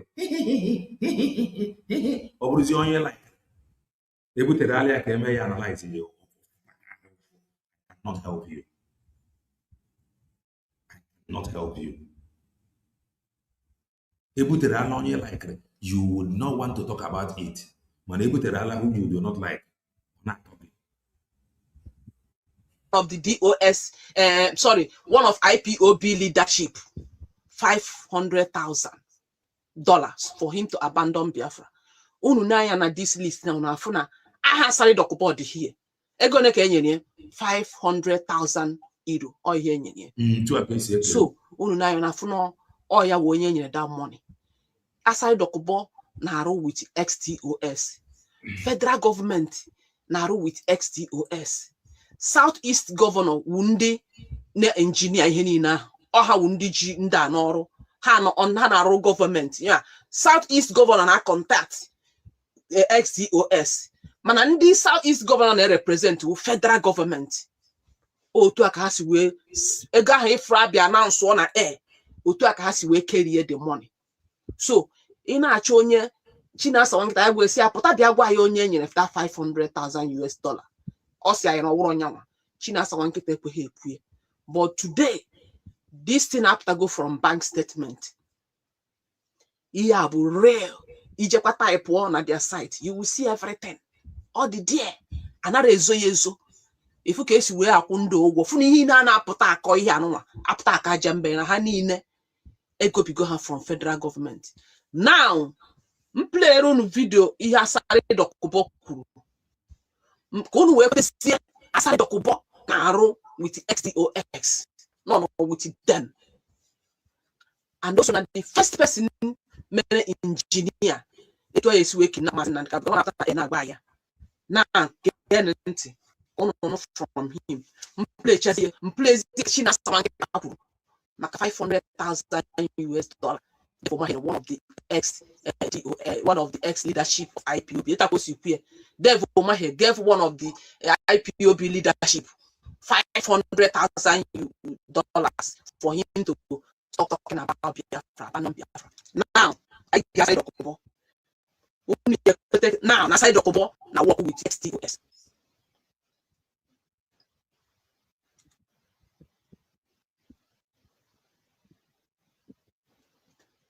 Oh, I continue. I need build another group, another thing. How we continue? We then be Biafra because of Guinea. Here, the channel go deliver her. Emmanuel, one day that it is not going to be easy. Many of them are now manufacturing now business as usual. It is not.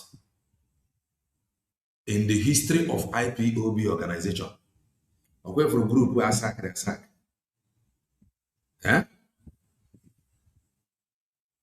For mass and media propaganda, hammer first. This will sack. What struggle are you fighting? What struggle are you fighting? He'll fight this struggle. Don't mind him. He has joined them. Fight this struggle. And then we still fight with them. You never even begin to cry.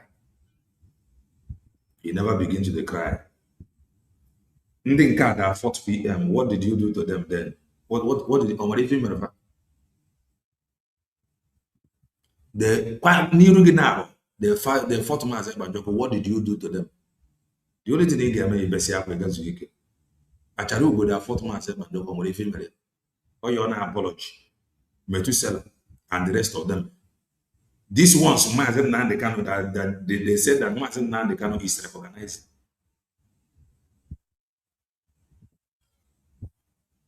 The fourth man said, what if you marry? There is nothing you can do. This is the kind of people, the caliber of people, Mazen Nandekano, that is close to him. Then they defend them on social media without evidence. Tomorrow now they will tell you, oh, leave them, they are illiterate. Look at the evidence in Fana Water. AJG are convincing man at this age.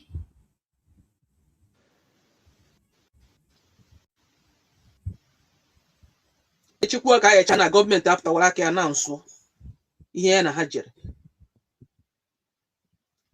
gee na onye na onye kịta bụ onye ya na onye na bụ sorry ka m bịa onye ya na onye na bụ asarị dọkụpọ ka onye ya na onye unu nụchazie ya unu agwazie m ma asarị dọkụpọ ọ na work with XDOS ka ọ na work ọwụnya ka enye da 500,000 ka ọ na ọhụ nyanwa mgba ka enye ntị because ọ na ọha work with them there is no how asarị dọkụpọ na-ekwu ihe ọ na-ekwu na ka enye ntị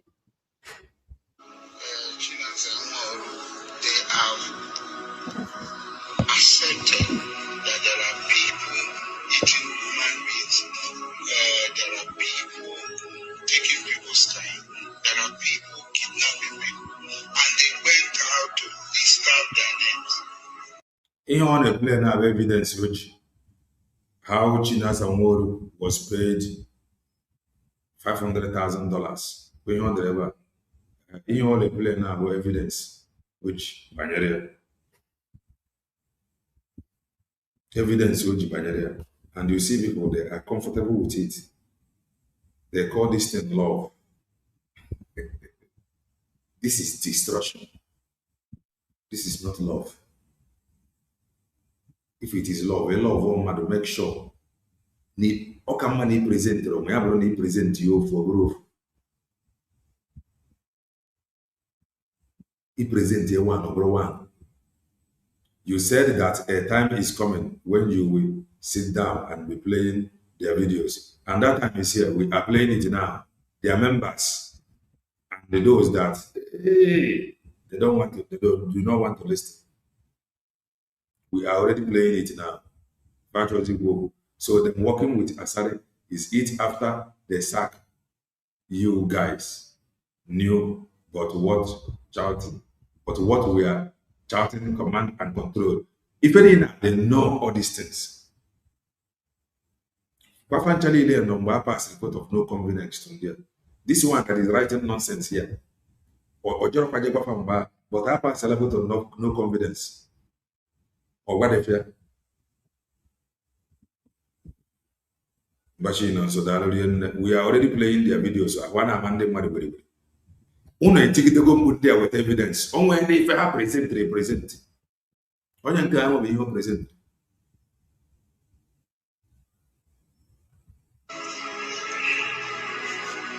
They went out to list out their names. So yesterday, the US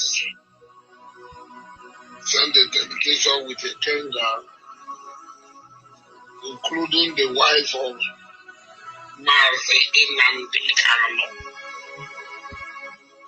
to Finland to submit a petition, a copy of the petition that was sent to me. You see this document you are seeing here? The one this guy posted is more original than this thing this woman is analyzing. The one Patrick Ikem Chronicle posted is more original than this. The one Patrick, they analyzed this document to appear by the sign. They talked about UN. The guy man analyzed the UN document as an hand to appear by the sign.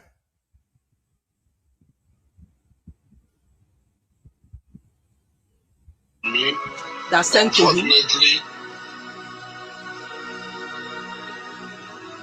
I don't know whether I deleted or something happened. But a copy of the petition was sent to me, Calvin, you're welcome. But they accused Simeon Ekpa, DOS is the highest decision-making body in IPO. The woman na DOS is the highest decision making in IPO. Or man no decide who.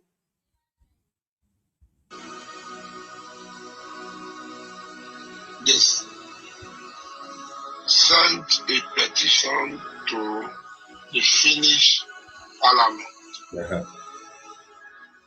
accusing.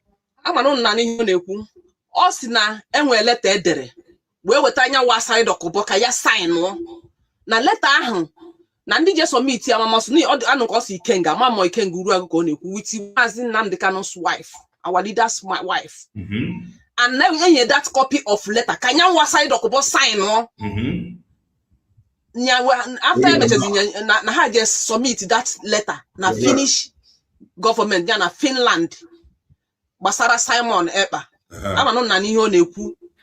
Ọ bụ na Asari Dokuba no ho na group XDOS now work with them. Why would Chinasa Wanketa, ex-wife of Maazị Nnamdi, our leader Maazị Nnamdi Kanu, and the Ikenga, as he said, yejiwe wetere that letter ka ya sign no? Unu ka ye gekuya okushabero.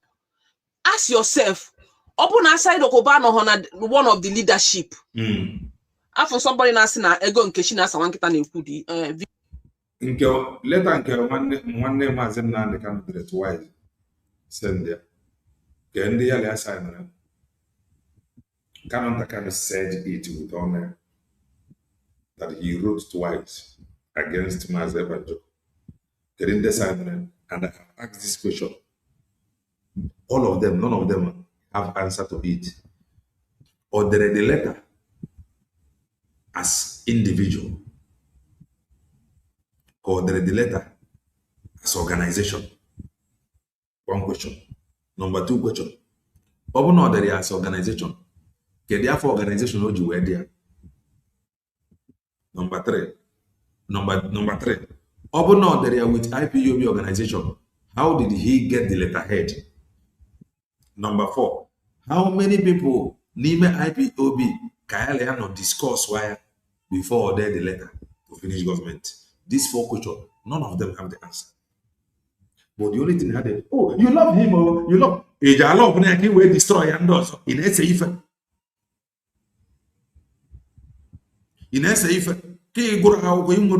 can't you just think for yourself?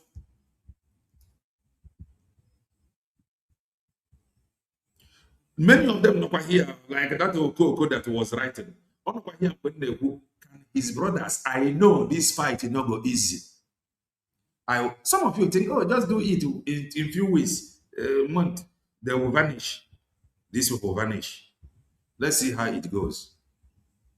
I was shouting, many of them over here, when I was shouting, can align with USB declare them. They want to join you to fight you very soon. Block on them money. Somebody like you, because I've been monitoring your comment for some time.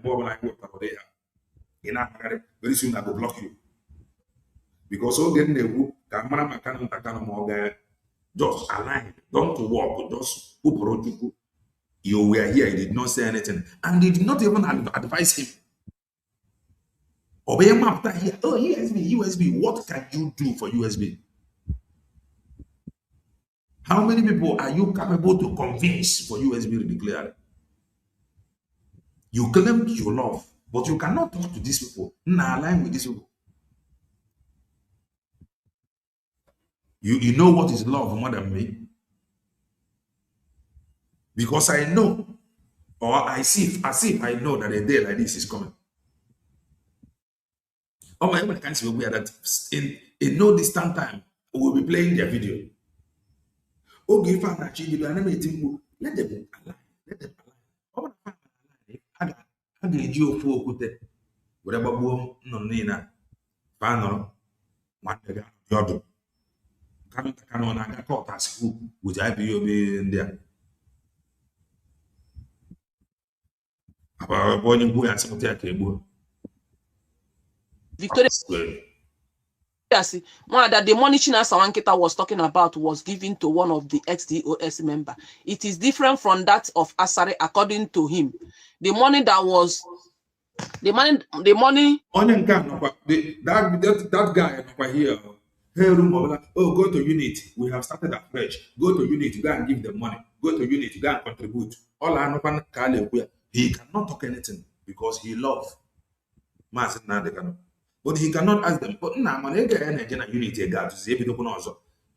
Maazị Nnamdi Kanu ma ihe a na-achọ na abụ ka akpọ protest na ebe anyị. None of you will talk anything. Some of you cannot even see it. Love won't go on love.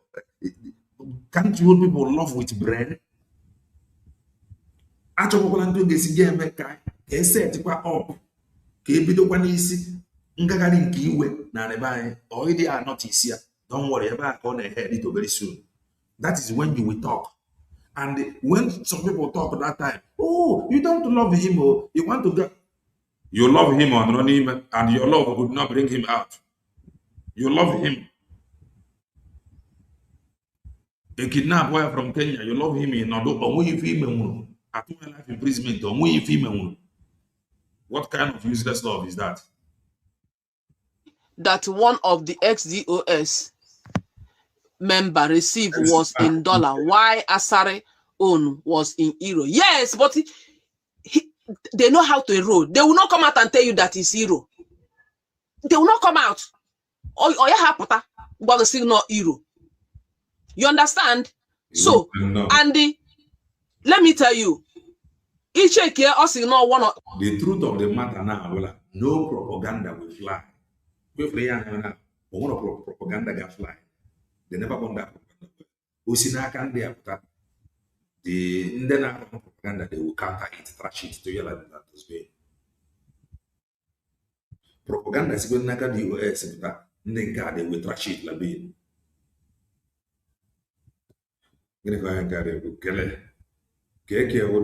If you are not only believe, you are showing pictures and call it evidence. Show the company's registration document. How did you know? Hey, okay, maybe you can find. Mana, the company number. May watch for the company number. It does not matter. If I ne kubanyara ụlọ na Maazị Nnamdi Kanu for the fact na confirm ọ na ọgara Kenya ọra n'ụlọ ọ bụ hotel ọra ọ bụ service apartment ọ bụ rent ka rent that's why na eme idozi ịnụtagodi ya kpọ were udo with it ọra n'ụlọ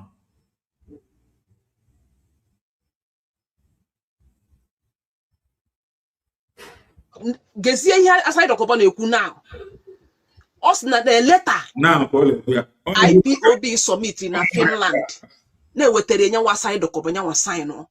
That is to show you that aside ọkọbọ is working with them. Okay, why is it that na ihe send aside ọkọbọ here is 500,000 euro? The thing about I don't know. We have British coin. I don't know. I don't know. I seem to Arab.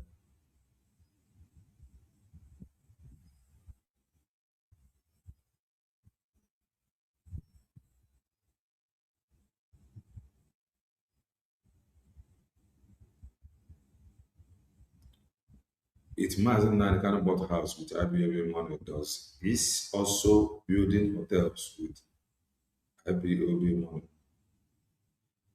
Okay, you mean that some of the DOS that they are building hotels? Okay. Then she knows I say no $500,000. It can be slipping of tongue. Okay. It can be anyhow we want to do it. But here we get sending the XDOS. Mama government, federal government, I send this year go direct to Asari because I'm not Nigeria trace we out or say so. Here we get sending up IPOB. China someone kita nando to her manage.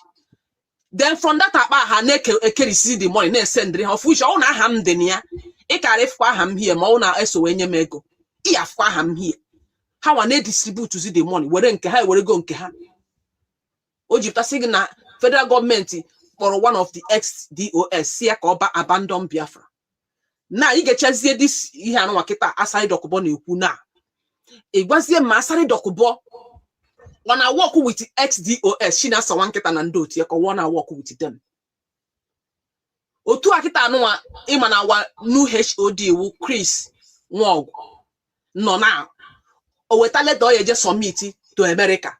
O be nye wi assign dokubo ka o sign no before o je submit ye. In agota. Just we're going to reason with your own brain.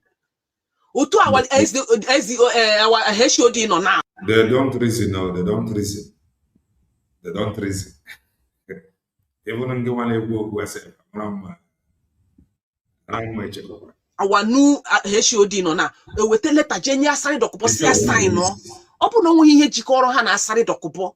Open asari dokubo so no na leadership of IPOB. Mazi Chris Wog cannot go and give asari dokubo paper or sign no. But because asari dokubo no with the leadership of IPOB and has already no only no so no in the head. Patara haji we jela asari dokubo that letter or sign no before submit to Finland government. Igezi asari dokubo na agwa na na-eweta mba akwere anyị ụgwọ na ọ bụ na tomorrow, for example, they say na DOS now bịara ịrụ propaganda how they pay this lady money. Fair what affair as Njideka Canada. Because I am too wicked or because I don't like her. Let me put it that way. Because I do not like her, I will now say that the name Njideka Canada Eji Western Riego, not okay. Njideka Canada. Makana Rimamos. So no, that you cannot send money with just such name, Njideka Canada. Or you prove it. Go see any ID and the document, verifiable document, it goes in. It defend the Bahana and Ibrahim Madu. When I'm key on a call with this fake listing or web driver, whether I need to see them or not, I'm money or what there are no bank statement or what there are again. A letter, a copy of letter. IPOB submit in Finland against Simon sign no. And no with a letter we can and the Mazin Nandikano's wife. Mazin Nandikano's wife, who is he working with? Is he not with the same XDOS? Or Hanchina Naru together? Or how much the letter where we is it not XDOS people near Mazin Nandikano's wife letter where you aside or sign no? Osinano aside. Into a defeat in matter very simple thing social media at this age. He made a matter very simple, and the cake is a very matter. Look at this. Look at this. On your never the day I played the program of Chika Austin. Chika Austin came here simply said, Nefa was fake. His argument about one, La Chica Austin was social media name. Austin Chica Austin was social media name. Two, now what a bank gave something like this. Get the other. Mr. Chica Austin. Now what a bank gave this Mr. statement of account. That was his argument with the counter ever. Trash and being. Get the bank statement he got from Mr. Chika Austin. Those that claim to love Mazen Nande cannot call these ladies to order. No, they cannot. But when you want to now analyze this lady so that they can know, no one is stupid. They will tell you that you don't like Mazen Nande that you hate him. But they don't know that if you are analyzing it, maybe the lady Amaroko does not exist, so that she can look at it very well and think for herself. The lady for her to think for herself. But how one they don't have one the thing fake. They refuse to correct the lady. The lady are not put half Mazin and Canada.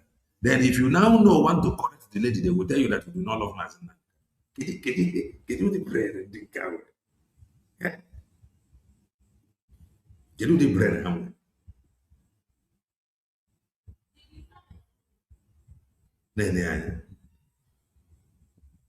Mr. Chika Austin, Guaranteed Trust Bank. Mr. Chika Austin, never $10,000. na airline Chika Austin dị n'elu ebe a.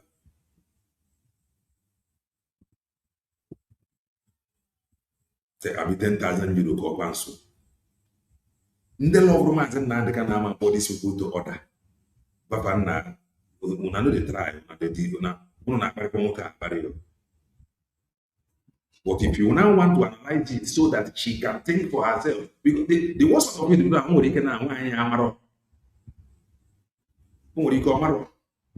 because so much Chineke do not ask for evidence. That is the problem. Many of them they don't ask for evidence. The one for Asare. Wait, or they can Asare Dokubo. Or book his real name, like name Egi web account. The problem some of this IPOB, their problem is that they are always analyzing people that cannot come to debunk them. Asari, if you wait for Asari Dokubo to come and talk about this thing, Asari Dokubo not even send you a message. But Chika Austin made comment because now so the question they got you now Asari Dokubo or father na his passport again member account. It is now time we begin to think. Happen no hatred, but just think. Happen no emotion. Can you just please think? Because they are doing more harm to him than good. If you can remember, they released this one first before Chika Austin countered it, and a valid point. If you not able to approach this lady, can you please go deeper? Because this guy have denied the allegation, Chika Austin. Can you go deeper or go deeper to prove his case? But what happened?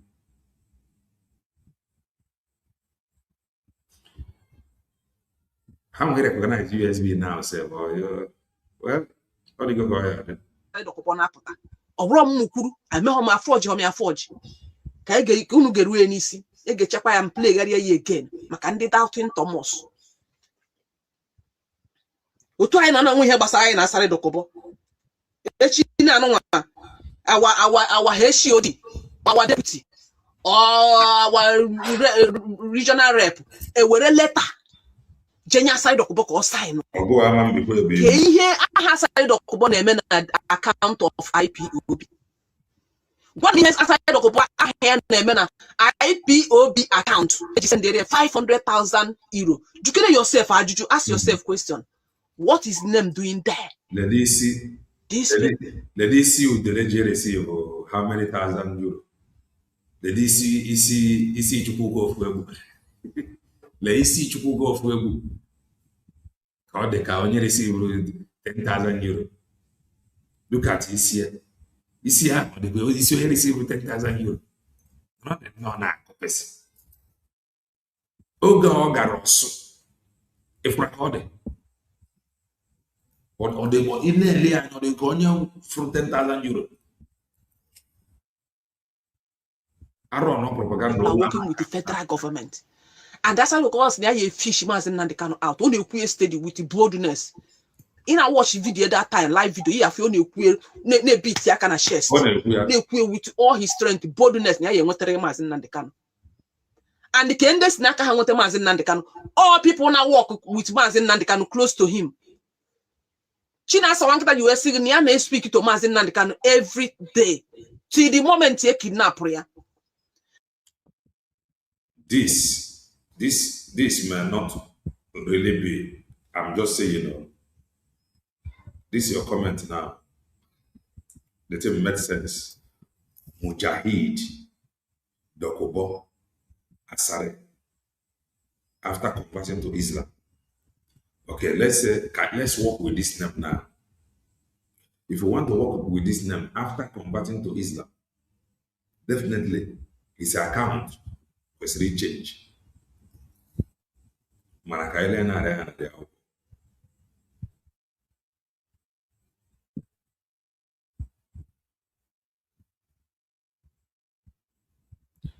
maka afa asara na akpọ gbagotere.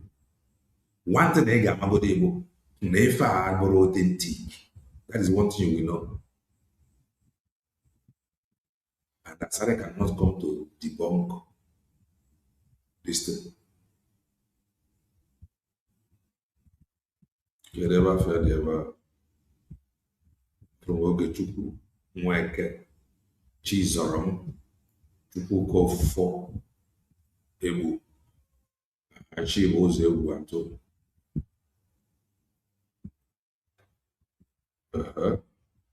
Mr. Asare, Mr. Asare Dokubo. Kambu to be a clever. He had driver Mr. Asare Dokubo. And they makuno Obrota Asare convert to Islam. So you cannot convert to Islam into Evra Asare Siapukarina or his name or change the bank.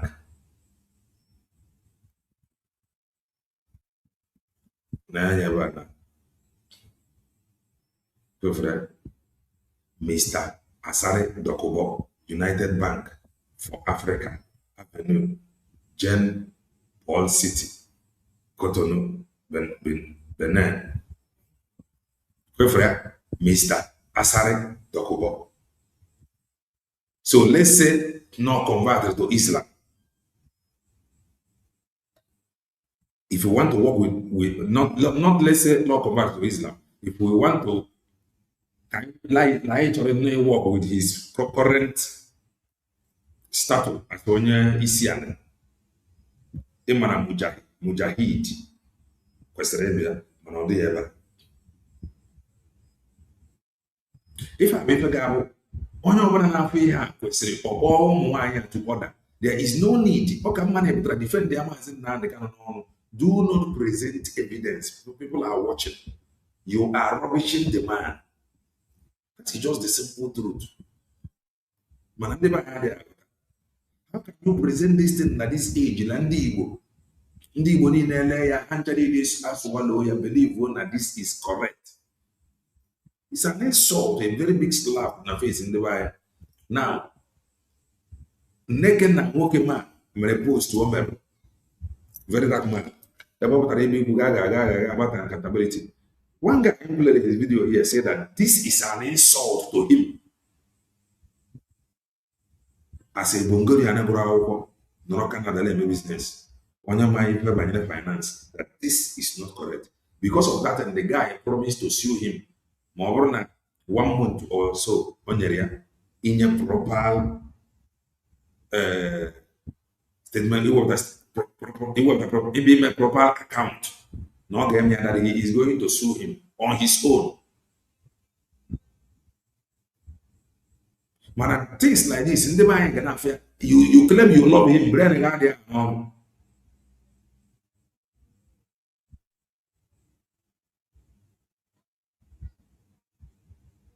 Okay. The legal birth of his name, Dokubo, Method, Good Head, Junior, and his Islam name is Mujahid Asare Dokubo. Okay.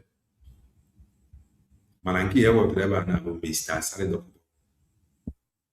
We have account to work all over. And some people are clapping hand. And they want me to believe it and clap. Oh, hey, I love when you do. Obro no turun dia. Kesi afu onye ndu n'anya ma afia. I know once here. Maka ndị Igbo si na-esi n'isi arụ mara ụtọ nsị. Ewepụta ife jụọ na ajụjụ, ask question. All mediocre Maulana Dr. Ngozi Arabeze ndị ji fight ya Maazị Ebanjọ. The same thing is happening now. It is still happening. None of them want to ask question. None of them want to ask question, but how come? The same thing I am go and call him every man. Social media. Before oh, I am sorry, I was deceived. Now that day kidnap man can on a line throughout that day. until Mazi Nnamdi Kanu will say, okay, one name back ordinary.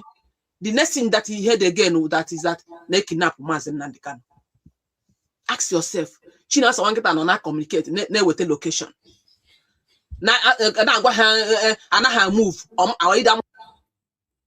I will aim on the street.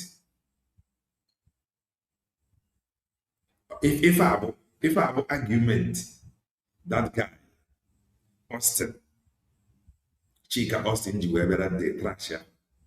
There is no Mr. or Mr. Miss for banking system. Just the guy just as an ordinary embassy respond to this thing. But looking at this thing, no, they are just poor all that. How can we continue like this? How can we continue like this? It's not come on what if you were trying to feel on an unborn one, but say, I can't work that if Igawa. Child. One and there go far. So now it's not as if I'm defending China Samoro, but it happens at times and I'm gonna on a call. Again, when I hand drop on a call, the next minute, in what you want to call in a cargo bagonia. They carry an onion. What depends on what they feel there, man. Oh, I get on a phone, no book now. On another time, the next thing I know, I get naked, move a call to the phone. Now I can see when caught to phone.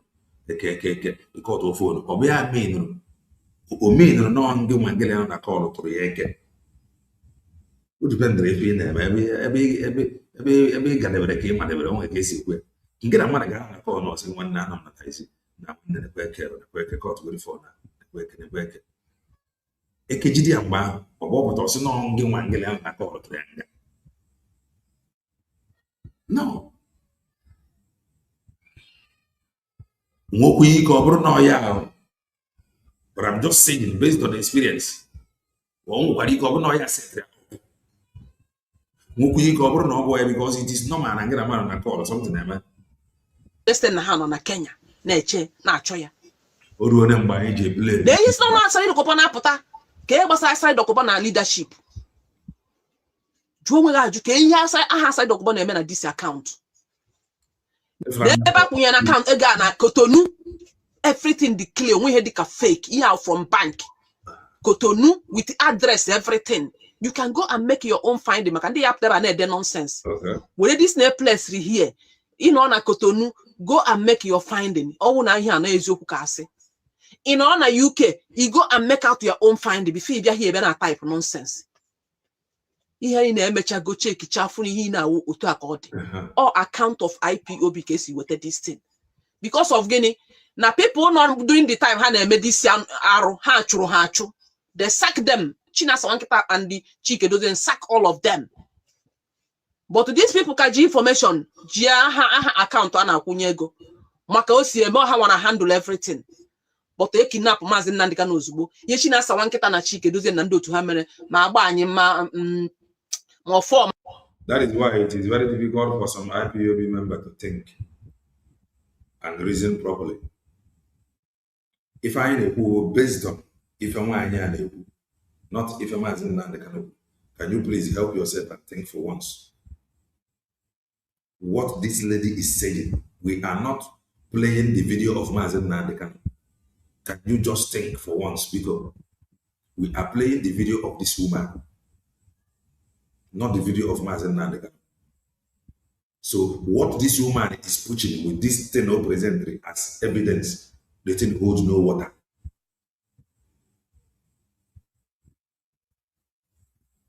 What she is displaying holds no water. So if you can write her on Facebook, you can write her inbox. Madam, how come this thing you got it? Maybe she don't know. Maybe that is how these things, some of these things work. Somebody if I go say I got it deceive mother no they had very easy. Amanim, you know what the DOS for goes, but the DOS is no longer saying anything. So what you can do to yourself now and for her and for love for Mazin Nandekano, write her through Facebook. Go here, of course, no way I professor Cabronka, Jego, Kajideka, we got a company. Verify before we about that. She may not know. And you can believe this we are and you go be insult. Abromionori, Abonamia, she may not know. I just send the area I was into a gap, look at it. I have ever done 10,000 to go with 10,000. Because of that love, she is eager to expose the criminals or whatever that she may not know. So you writing her private message will even save her from this. I was in there play a video again from Sadie Betty Ford. Look at that video. Like Betty Ford and I play before a video. I was surprised. So I try to look at it. Okay, if you disagree with my everything in the web, but why is she pressing play? My program, the guy can continue saying, no, whenever get a touch a flag. I take out my time, I look at that video from side day. I'm even the paper. I take out my time, I look at that video from side day, Betty Paul, and see every program. Okay, did not move. I check Brady S handle from the video. Sonia Barawa's S handle from the video. I now have to go to Sonia Barawa's Facebook. I'm even to before my here. Now I am going to move. I brought out the video here. I'm going to no move. No one, and if you play the show, tomorrow, your son or your daughter may be across the video in some years' time. But this my dad does it mean that the man had not the A4 if I record. So I played it in math where I said, nah, yes, not touching it.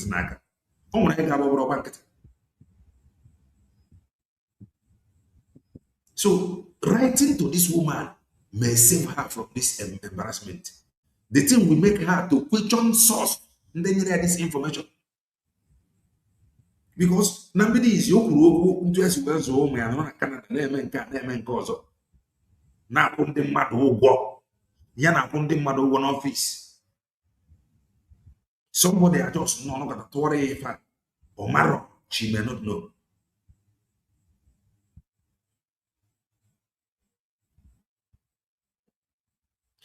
What are the well educated you man at least can you see it here? You look at it. But their problem when I have believe with their leader.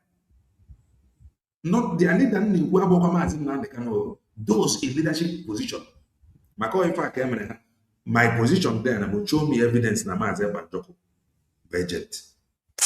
They did not show me evidence. Show me evidence that Dr. Ngozo Rabez. They have no evidence.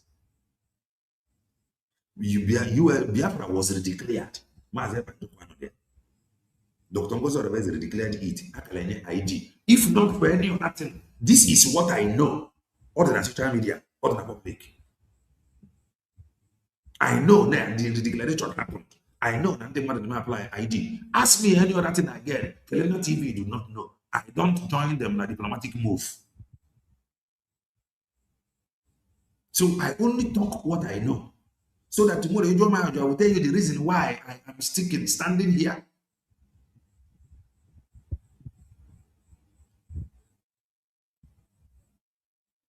Nah, even why is your frown about this thing? Mama Tony one button zoom ike. He had each all the people, my treasurers, finance, coordinators, Bruzian Dink Hatinya. But to check for and the hatchuro, na hakaji information, IPOB, my account ana kunyego, cases San Diego and everything. To the Obago now. On a free. This is coming from the bank or fake. It's back. Now on the dear. So before you type one nonsense here, go and make your own research. Because you need research. If they not instead you go on your own, go and make research. If your mama, you are ugly, you are HIV, you are shower in a watch on a Canada, or Canada dinegi, menka, or you know deal after ya. When I just make research, on an vomit, you know mana from now till that kingdom come. I Canada can never be one. Away from this this set of media warrior, they cannot fight this fight. They know fit fight. The earlier you know it now better for you. They know fit fight this fight that is before them. This DOS sacked, they better than them like this very media. They know fit fight. Win. Because I don't know them. Who is going to do it? The only person gave me muti and when he gave me onwere ọrụ akara ugo na-arụ iche o mere ọrụ Darlington na-arụ akara ugo na Darlington na-arụ ofu dị ọrụ akara ugo na Darlington kedu onye ọzọ nwaanyị and Methuselah ma abụla abịa ọnọkata ọbịa they no go fit do am.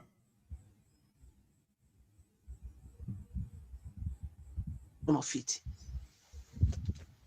Ka I get aside the to you. Only to how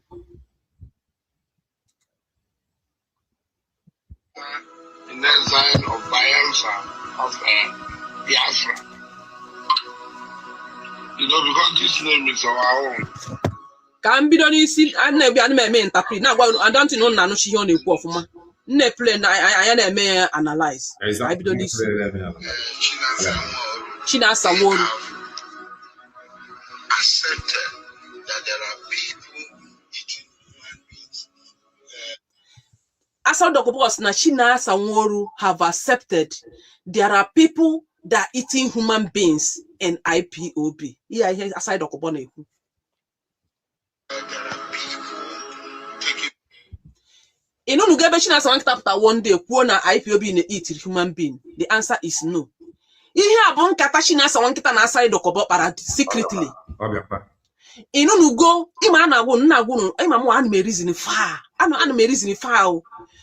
Na-agwụ na these people Chinasa nwankịta ngo bosopụta na broadcast. We gwa na IPOB na ha na-eri anụ mmadụ they are eating human being. The answer is no.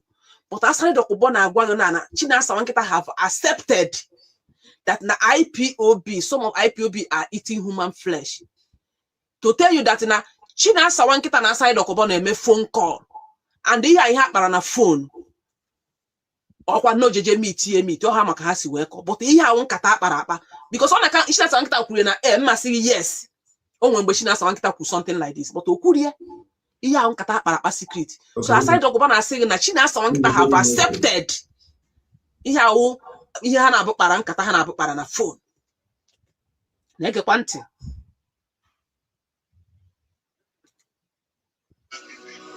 And they went out to list out their names. They went out to list out their names. Now Chinasa and their group went out to list out the names of people non IPOB in area no mad. Oh, here side okobo na agwa. Oh, ina nkata akpara akpa enyechago ha names ndị ya egbu. Chinasa nwankịta na ndị otu ye enyechago ndị anụ aha ndị ya egbu secretly. Also he went out and list out their names ndị na-egbu mmadụ ndị IPOB na-egbu mmadụ. Eburu ihe mmadụ anaghị eme anya rie n'isi because of gịnị na ha do disobedient to Chinasa nwankịta. Chinasa nwankịta buru na ha na-eri anụ mmadụ onyado ha n'isi buru na ha na-ezu ohi onyado ha n'isi ka o wee fụ ihe zu gọọmenti ndị amị ji wee kpa ya onye a. Look at what these people are doing to our people secretly. Look at it. Unu try Biafra. Unu na bịa try Biafra unu nke bịa gbusi ụmụ Biafra ka unu bịara with the federal government.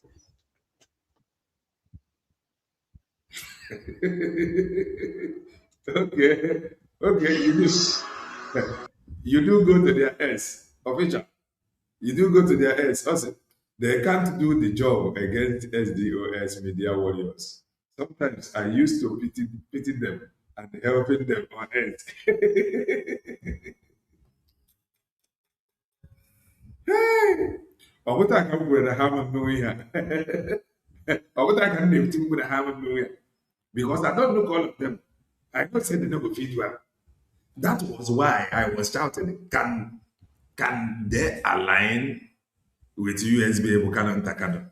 Obuna Kanan Takano, Kelele TV make this small. Like small, like I got them. Yeah, I got them small. They're not going to fight this fight. Mmadụ abụchukwu nwachukwu nke nọ na-aba ka ọ na-ebe. How many times that guy of Tiger? How many times that guy have a life in a day? That guy of Tiger. That guy be online. If I'm changing Jodia. That guy of Tiger. Only that guy alone can finish all of them. Only that that guy. They don't feed well. Ha chọrọ ife gbagara. Oh yeah, Takano, ọ na-ebe atọ, ọ na-ebe echi, ọ ma mmenwe ya. No more pressure. Get the project is gather for some time now. If you go surgery, oh, I'm a madaka. Oh, make a jaff walk. It got this way, what do be fear, Mamma, you walk. But we put on social media is soon for 5 hours. Maybe one again where me go down. If I soon, if you do not this episode by episode, I'm going to see me episode by episode. My mom going see me. Ngozi ka no rien. It's not easy to so here. 5 hours. He said to go your wife. He said to go your children. He gave you tana kwechiri here. Eh? Oh, what you can na go data. Ebuta. Adiozi. More some things are that. You know easy. Okay. You mean maybe I stop the program. There is no problem. In the next around 3 hours now, I will open the studio because yeah, I have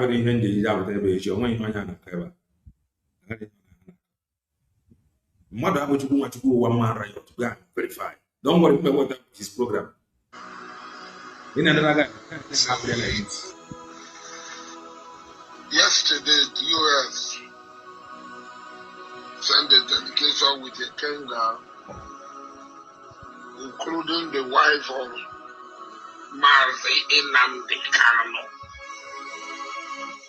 If I learn, I'm a time, I'm going to here because I am from myself. Na nwunye Maazị Nnamdi Kanu na ha nwere meeting with Asado, which was wicked. If I be family at that time, this is how they roll.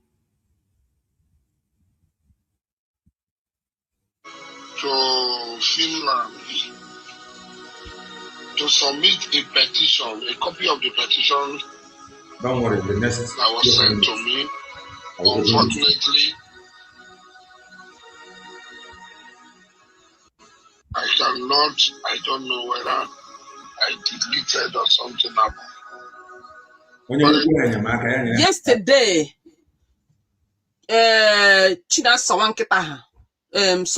yesterday, Shere, I back. I play that bar. To Finland, the delegation with a tender, US sent Also, DOS sent a delegation to him, Wikenga, and the wife of ex-wife Maazị Nnamdi Kanu, to him to sign a paper. Haga submit here in Finland. Yesterday, ex-wife. Now, all I can see, I know from my comment section, I come out for a copy or know the news. Now, the woman, number one woman said, now they cannot have filed for divorce in the UK court. I come out for it. ọ bụrụ na the woman just file for divorce now ma ọ bụrụ ezie ọnwa na-ekwu x for some months now kedu ebe fasi si were nweta no x ọ bụ na divorce because voice anyị nụrụ the woman sị na di na nwunye na-ese okwu which is normal na di na nwunye soro okwu does not mean na abụrụ na x ọ nwere di na nwunye ga-anọ lụkata nwere ike ese okwu onye ọbụla enyego dibia break. That does not mean no ọbụrụgo s o nwere ike break of 6 months, break of 1 year before you manifest one we see reason to miss. Nwoke ga-afụ reason to miss the wife ga-afụ reason to miss the husband. Fabakwa again febido ị ga-enwe respect, ị ga-enwe more understanding. So let's say na pastor okwu for 1 year. That one I mean na fabrugo x mana ndị a na-akpọ x. So ọ bụrụ na ọ na-aka the woman na-aga okwu divorce mana ha agwago the woman x for long, ụmụ Chineke ka i defend the ọnọdụ very difficult. DOX chere ka anyị gakwa again.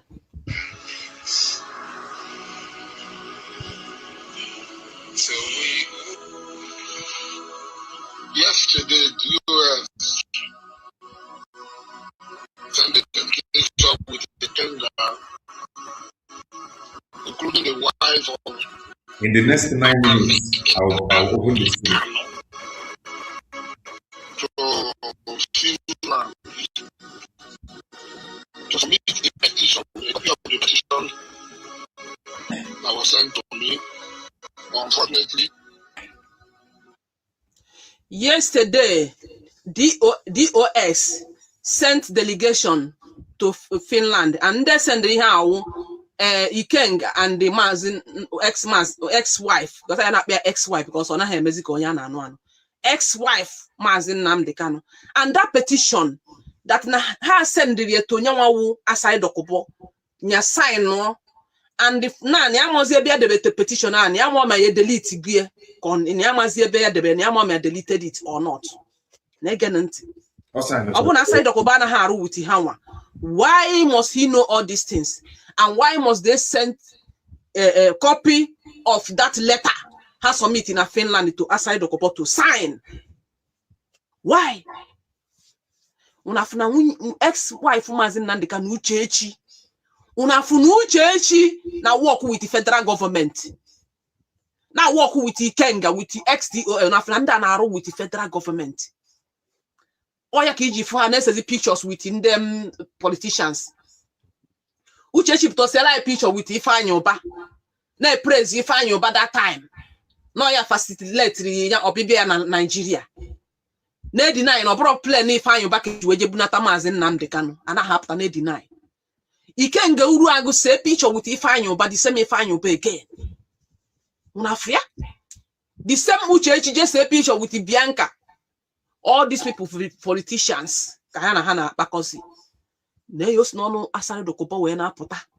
Next, now will tell you a petition letter.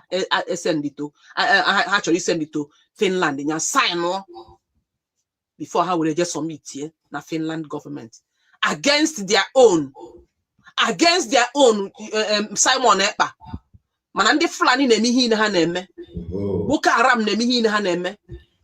Also against their own. That time, man, I find Simon and very come. I can't apologize to. Couple of people go.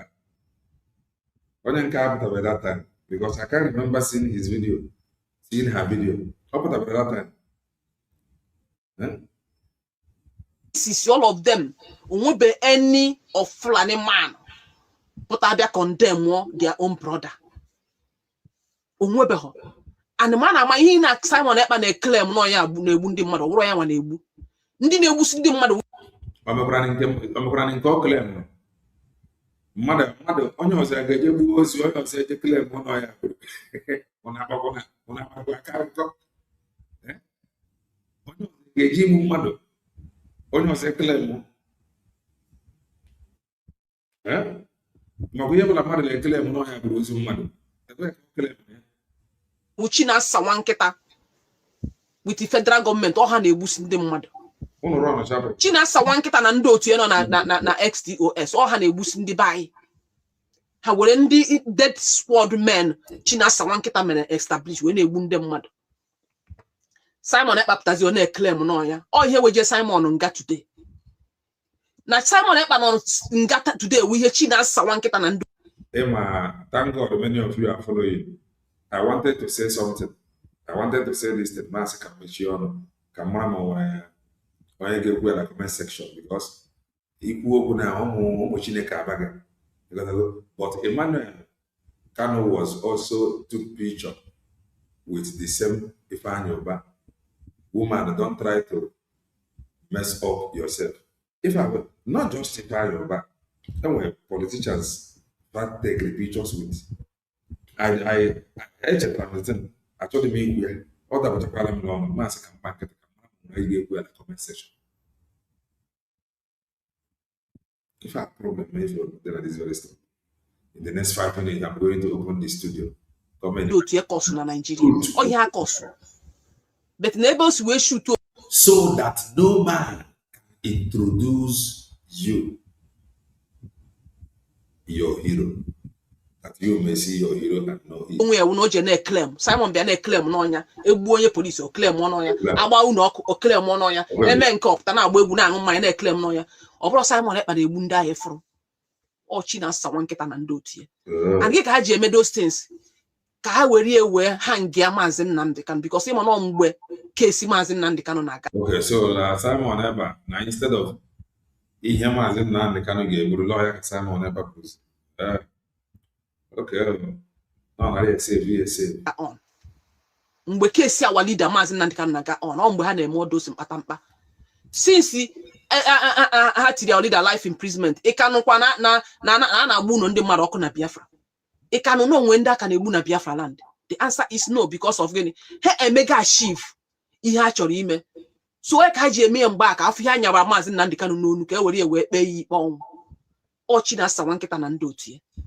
Today, ha just submit a letter ka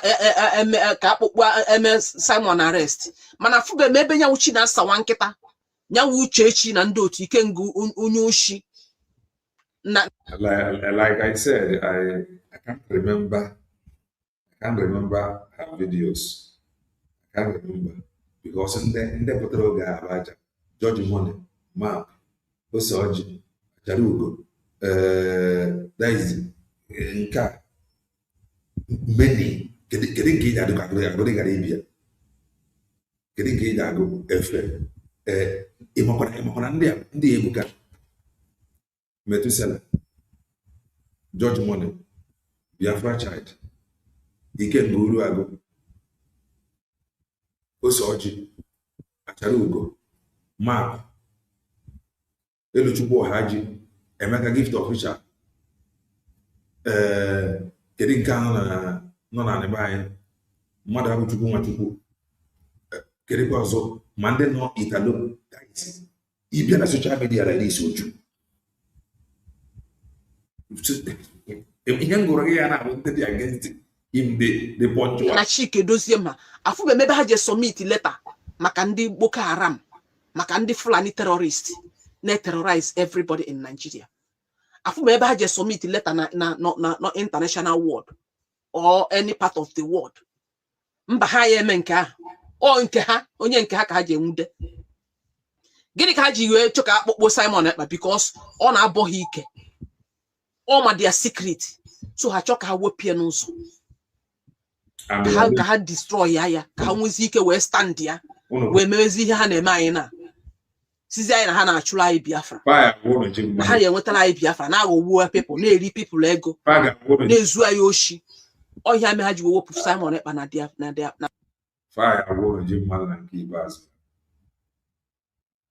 ha ga-awụrụ ji mmadụ ife na-eme adị na-eme ya for hatred mana ife anyị na-eme bụ I remembered anyị kwuru ya mgbe ahụ n'oge na-adịghị anya that we will be playing their videos na church, and that is what is happening now. We talked about heavenly immigration border control. We told you no that you are going to say, God, I thank you for this declaration. We have said a whole lot of things that is actually happening now. So please, if you love her, write her.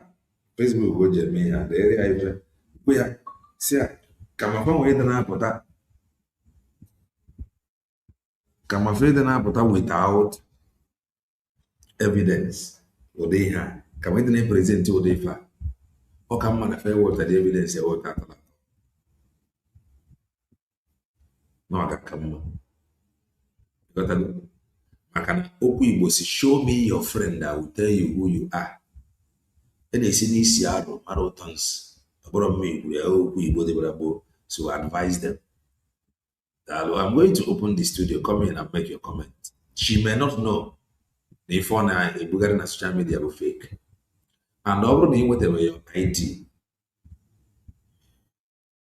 Tell me in a comment section, come back to my over name need the link. Go Ghana platform na S&O Dr. Ngozi Orabeze. Get the link, apply for your ID. In whether ID T and or in around Europe, where for August 4. Nonyere ụmụnne anyị na-eme solidarity gidigidi ugwueze for Maazị Ebanjoko, Finland. Ọ dị mkpa, get why. Here is the link. Come in and make your comment.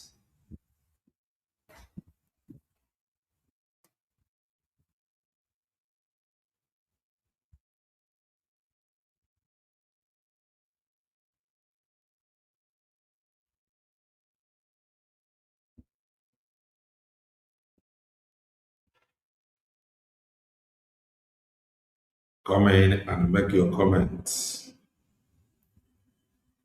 Right. The goddess no. Amaka Mele, grab the mic. Ojugo nwanne m ekene m go Ojugo a na-awala eze ọ bụrụ ọjị ọtị a na-awala udene Ojugo a na My sister Dalo. Good afternoon. ọ bụrụ ọjị ọtị a na-awala udene Ojugo a na-awala Nke na-ekwukwe isi na ọjị gịnị ọjị ọfịa. ọ bụrụ ọjị ọtị a na-awala udene ọ bụrụ ọjị ọtị oke enwere ọjị ọtị a na-awala udene enwere ọjị ọtị a na-awala udene oke ọ bụrụ anyị na-azakwa ọjị ọtị kwa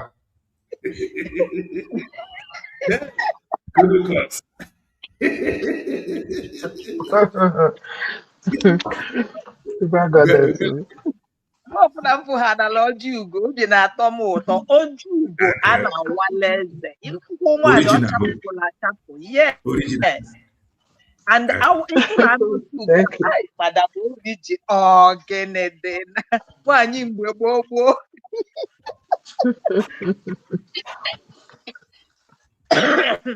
all protocols of Madam River Goddess, just wait a minute. Kelenda TV in there. Madam Ojugo, go on Azaku Doreen. Yes. Yes. Oh, okay. Just want to be sure. So that I got a PR. I greet you special. I greet, I salute, I roll, I salute. The ancient no ya ma bụ Ojugo a na-awala eze ọ bụrụ ọjị ọtị a na-awala udene. Yes, so I greet. Well, Anyị zụọla ka aha atụtụ ngịga. Ma ike ekele m unu, ekele m nwoke, ekele m nwanyị. Blessed memory, Uchendo. Also, if you want to marry a woman, never you marry Okotoko. Never you marry Okotoriba. Never you marry Okunoka. Not every day trouble. Also, but if you want to marry a man, give anya where marry. Mazi Kelena. With this man, ana akpọ ụda eji esi nni, o kezere chapụ isi. What did it show us? O gosiri anyị na ọ bụ onye ogbu mmadụ. O gosiri anyị karakta ya. O gosiri anyị personality ya. Ọ nọ na moto nke ọzọ. Yes. Onye ọbụla dị responsible, oke ekike ma ọ dịgodo casual ma immediately unknowingly, that is ọ kwadoro akwado ifu ị ga-ama ife onye ọbụla bụ omeke tọlọ at any moment any point ịfụrụ ha ị ga-ama. Mana I want to say something. Obi esigo mụnwa ike because na m afụgo njedebe ije a. Ife obi ji wee sie m ike before m na-ebe akwa obi a na-ama m ama. Mana o nwere ife m ghọtara and ife m fụrụ. Ọ kwefuru ife a na-eme kịta kele nna to all Biafrans. Biko unu wee ya in a scale. Chineke mazuru maka ya. Situation a gafere mmadụ. Ife na-eme kịta ọ gafere our capacity and our capability and our strength and our wisdom and our everything. God has just floored all our strength, telling us Nefa Desianaka. Why do I say this? Because of this kind of species in Ayabo order. Because of the kind of people I'm with na mmadụ dịka ụda na-akpọ ya maazị, na-akpọ ndị dịka udele maazị, na-akpọ ndị dịka oruagụ maazị, and the people that calls in his platform ekele dịrị Chineke that ife zoro ezo nya has surfaced. You understand? Why do I say this? Ọ bụrụ na biko, this is my opinion, and then were why nji wee tinye ya otu a. Ọ bụrụ na Maazị Nnamdi Kanu as a man, he's not feeble. Ọ bụrụ a feeble or lazy man. Wee bie ndụ ya at how many years ọ dị, o nwere ụlọ, efulefu ka ọwụ. Ọ bụrụ na Maazị Nnamdi Kanu how many years ọ dị na o biri onye biri obodo oyibo, ego one ka a na-ele moto n'obodo oyibo. Highest obodo ndị ọcha ga-apanye gị the highest car as long as na ha magoro ebe ha ma ị na-arụ ọrụ, ha magoro ego onye ị na-eri, ha mago ha nwa gị bụ Kenena ga na-eme isi kpetepete. Ihe ha chọrọ bụ credit gaa rụba ọrụ ahụ rụgbuo onwe gị na-akwụta that money, ha ga-ebunye gị the highest car. When I see people say I drive G-Wagon, I drive GMC, I drive this one, I drive nke na-efe efe, and I just look at them, I'll just smile. It depends on your strength. It depends on your job. It depends on what you do. Ịchọ America maọbụ ebe ọbụla ha lee anya fụ na in a month na ịrụtara ihe ha ga na-ewefu nọ ha nwa ga-akpọ gị sị gị even na-edere gị leta gị bịa para moto dị otu a. But ịmago be anyị duto na o nweghị otu ọha anyị moto onye na-agba moto nya ụdị moto a eji agba keke hie nya ụdị moto eji agba marụwa n'ala bekee. Ịmago anya na-akpọ ya nnukwu ife. So Maazị Nnamdi Kanu wee bicha ụdị ndụ a asị nwa eze ọ bụ onweghị moto ọ bụ efulefu.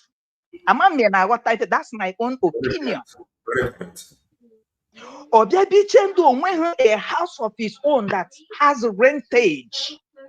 You understand? Efulefu ka ọ bụ. But I want to tell you keke ụda, this thing you are accusing this man Maazị Nnamdi Kanu or from this fundraising a na-eme eji wee na-eme ife ndị a na-eme, ọ ya nwa ka egworo the whole money because ịgbakọrọ ụlọ Kenya, gbakọ ụlọ amamoshina ọmalabukoshi na-ebe, gbakọ nke a gbakọ nke a. So it means that all this money aka unu paria no panye Maazị Nnamdi Kanu. At times as egbula anụ tinyere n'ọkpụkpụ ka ewekwala ọkpụkpụ gbunyere n'anụ, enwe ka ị ga-esi wee ya propaganda nya out of 1% eziokwu dị n'ife unu na-ekwu olukuzi irrelevant to my own understanding, to my own personal understanding. Then abịa na his personal life keke ụda, when you were making program in your house, ọ dị ka onye obodo ebe ịnọ ka ikochetere one thing either for akwụkwọ, ikochetere one thing no maybe ịmago because ya ha ekochete nwaanyị be anyị otu a isi dị gị gịnị a na-abịbiri. Ị na-akpọ Maazị Nnamdi Kanu nwaanyị o dowere na-akwụna nwaanyị gịnị a na-abụ bi abụghị onye obodo, ọ gịnị ka gịnị a na-eme? ọ na-abịa ịdị na-ịgbakọta ya azụ ọ na ọ bụrụ iru ka ị na-agbakọta ya Chineke akpọghị ọkụ at times and people will be there calling and onye ọbụla na-condemn Maazị Nnamdi Kanu on his personal life. I ask you people today, unu alanugo nwaanyị ọtụ. I'm sorry to be vulgar. No, this thing is too much. Yeah, the too much. Kedu ọyanwa bụ mbụ unu niile a na-akpọ maazị na o mere nka unu bụ virgin onye gbaghere unu ọhụ.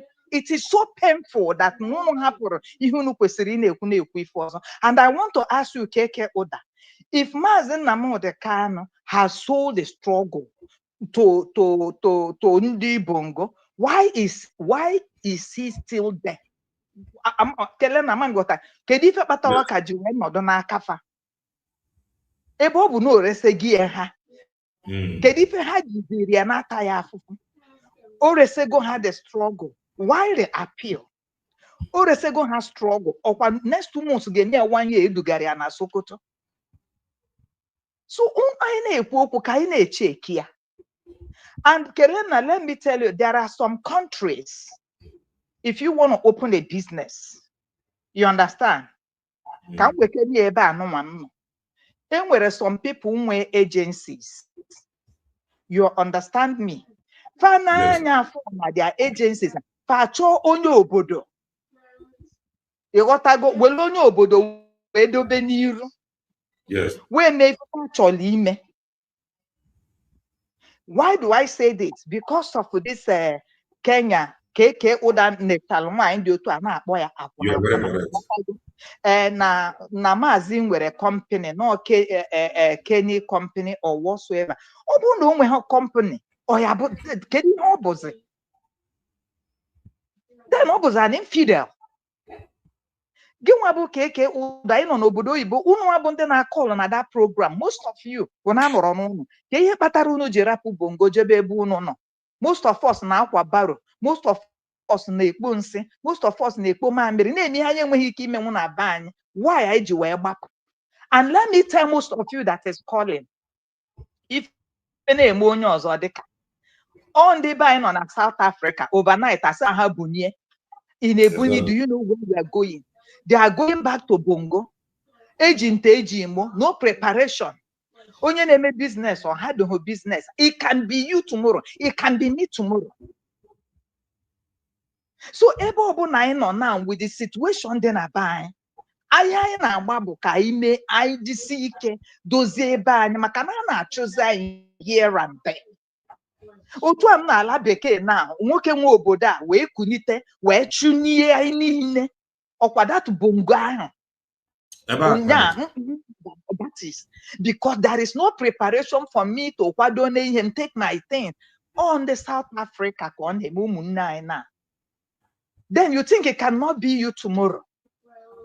Are you understanding me? So if I be let them move on with a new project. These are projects that we have known. Now you people are calling Simon Ekpa. Now Njideka, you say that Simon Ekpa is innocent, that he is not the one that by it is Asareto Kubo and his group.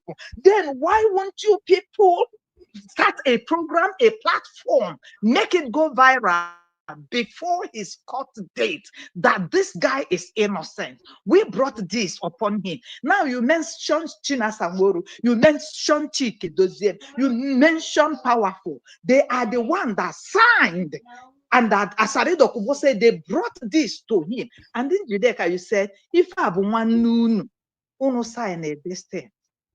Every day we come up to bring in, you cannot put, excuse me, you cannot put an old wine into a new wine calabar. It will burst. Then I am in the USB government that we are doing something. I am going to turn around and say, let bygone be bygone. Which way forward? Let us follow this way right Now you people has condemned old IPOB. Yes, what of the USB government? You people are not bringing it in your budget. Every day you people bringing out ihe pass gola pass unujiwe commit atrocity. Unje commit if I commit. Then on apataziana. And let me tell you, Uchechi Okukanu, Kambwage, Mbaharage Adehona. You as a woman, in Abamba if you Simon Carolina Mbeze na ndị otu ya ma ndị isi mmanụ ma ndị isi red, all of you pretending an innocent man is crying vengeance on your heads. Isi unu niile unu agha enwe udo ma gị nwa bụ Uchechi jere sign ya ị gwara Simon Ekpa na jet ka ọ bụ that you will deal with her. Ọ na-abụ nnọkọta this ajọ ya a na-akpọ C word. Ọ na-abụ onye ọkpakata ike n'ahụ. That's why the Bible say ọnwụ kedu ebe ike gị dị. Mgbe ọ tagidezi onye ahụ tarie ya ị ka ejeze papụta onye ahụ bịa taribe ya again. Ofu ugboro ka mmadụ na-anwụ. And otu a ka m nọ wee na-asị ka unu niile ha wee kpaa ụdị nkata ka unu na-anwụ bịaziri na-asa asịsa unu agaghị enwe udo. Unu agaghị enwe udo site n'ọnwa Jenụwarị ruo n'ọnwa Disemba. Unu agaghị enwe udo site n'ọnwa Eke wee ruo na njedebe ụbọchị ezumezu afọ na anọ. Unu akọsugolo anyị ife mgbu. Look at the kind of money unu na-akpọ ka esi share the draft and everything. Why the innocent man Simon Ekpa? Okay, let's take for instance, if unu ji na-akpọ Maazị Nnamdi Kanu, I have said it. How many years kwatagoro afụfụ? Keke Ụda, can you be in that position? Maazị Nnamdi Kanu on a right there. Keke Ụda, don't you know that his health is at stake? Manaka ngwakwa unu, as you are looking for that man's call, ebisi nwoke ahụ dị unu mkpa. Unu ga-eji think unu wee buru ya. And I am not surprised. In the Bible, agwara ya na Christ n'onwe ya gabigara ụdị ihe dị otu a. But it looks like a literature before us that I have come one-on-one. I have seen it and I have heard about it. The same thing is happening in my own time. And the same people whom Jesus crucified, and the scale did not fall off from the people that crucified him, but immediately they crucified him and he breathed his last breath and died. The scale fell off from your eyes and you begin to cry. But my prayer is that these two people, it will end in praise. That these two people will come. These two people who strip naked, unase with a telephone, so why I am saying this to Mundem, I thank everybody. The house is full. Mana ehinta anyachono werench. I rest my mic. Thank you. Thank you, the goddess. What you go? Makamale, go ahead. Okay, all protocol observed. And 1 second to step out of the office. Oh, sorry. Oh, try to find a convenient spot. Okay, there we go. I don't even, I'm not maybe say good day, so our protocol, I greet everybody in the house, Madam Origin, Madam River Goddess that I finished spoken. I think it's three something. I can't say the things are so tiny. I don't have my glasses here. Let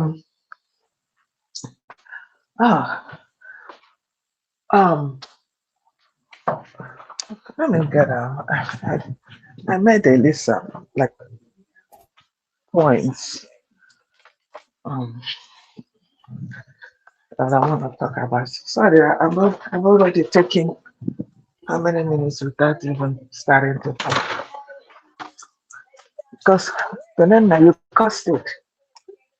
You keep going and going and going and going without. In the morning, you loaded doors a lot and then you escaped. You got a call and you ran away. Yes. So Um, if we listen to or we remember, I don't think there is something that we will hear now that PM Simon Ekpa did not tell us. I, I remember hearing him saying that if Pani Jofo was there, like Kenya, somebody can prove me wrong, but I remember hearing him saying that.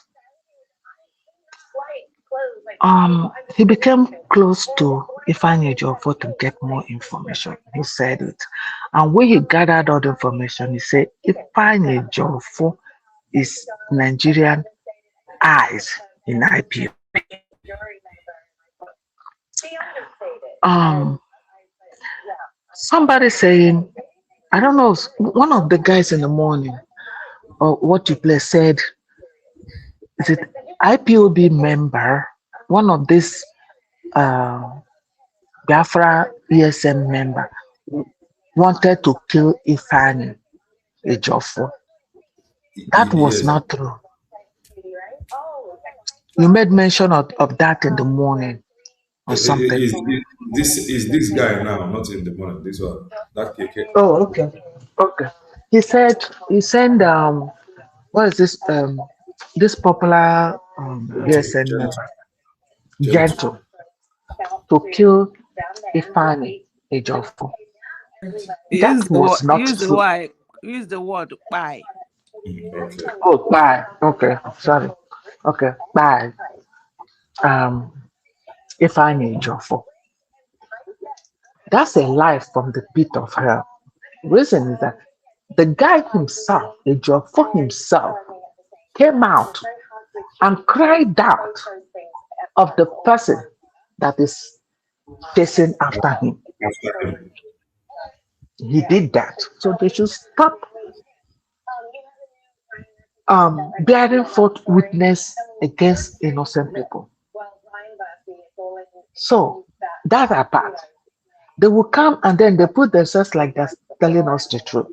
They are all bunch of liars, all of them.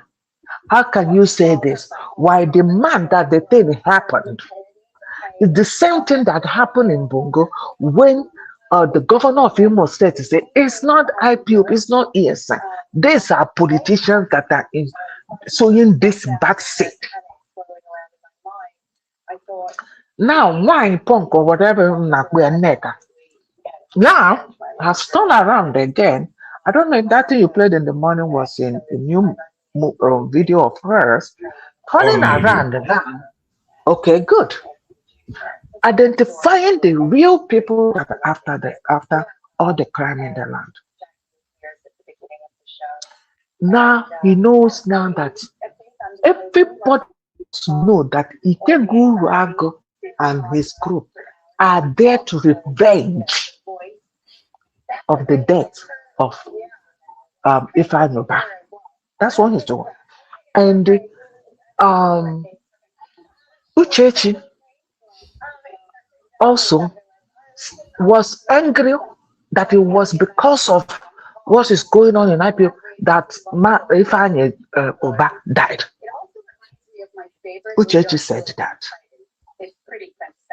You know these complications. All them coming out to tell us all these stories. I mean, in the morning I was really, really angry in the morning. I was really angry in the morning. If they want to turn to a beast, they should turn to a beast to themselves. To themselves. Because they caused their problem. A man like you people, the same head, was controlling your intelligence, was controlling all of you. And now he's up, he's in the prison, and all of you came out started ranting. You have all these evidences. Those with Mazen Namdekan. You all have these evidences right from Asare Dokubo. When Simon was still out, you package them, seal them, put them aside. You were attacking an innocent person. The only man,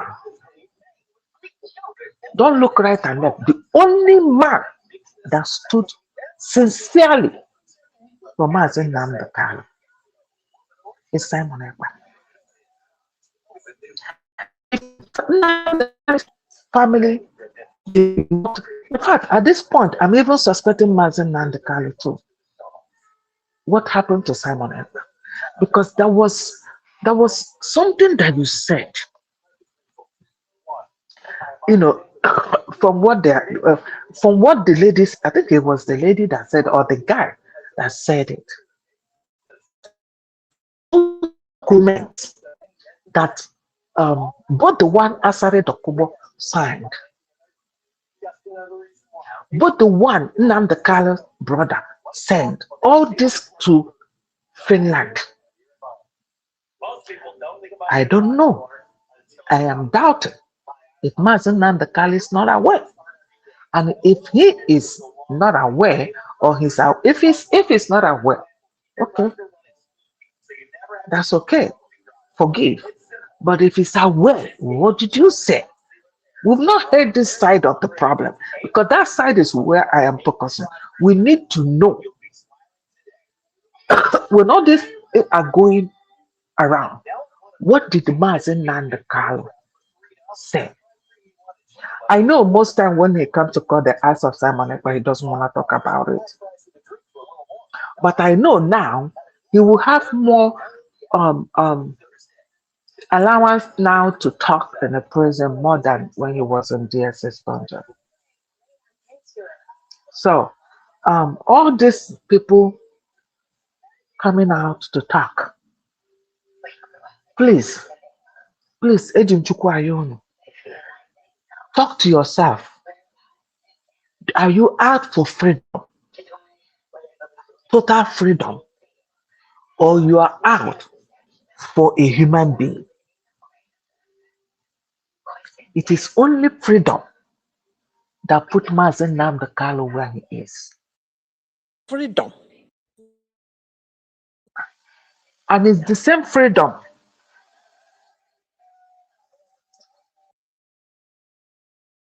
Hello? Go Hello? ahead, go ahead. Yes, go ahead. We can hear you. Okay. Freedom that will bring them out. Please go and make a research. If you want to go to school, you have a goal. You have something that sends you to that school. And when you are at school, I remember during exam, we go for past question papers to educate ourselves on how we are going to do better for the future. I also remember some editions of the exam questions that are the update editions. Could we please, for Christ's sake, go and learn how to get total freedom? Please, that's what I'm begging. I've forgotten what things I wanted to say, because that morning I was so super angry to the point now. But I like to enjoy program that analyst video. First day, once I get up in the morning, finish my prayer, I will check if he said something. If there's anything he dropped, I listen to it first. And then she dropped this one that I was almost gonna be late for work today, because I was contemplating what is going on. A witchcraft, somebody who is possessed, somebody who will sit or lay down on his bed and is thinking about a man 20,000 miles away. The man that she was unable to get hold of. Now you came out, you told people that you will deal with this person. And now human beings that say they are professors, professor, no, they go China body shape are listening to this particular human being. That this human being went into prayer Praying what? Demon. Somebody who is possessed. And I know that is the other husband or second husband of hers is the one doing over there. This is insane. This is insane. Uh, oh, I was so thank God I didn't talk that much. I was so angry that morning. Like, how do we get here? What is going on? Are we human or we are animals?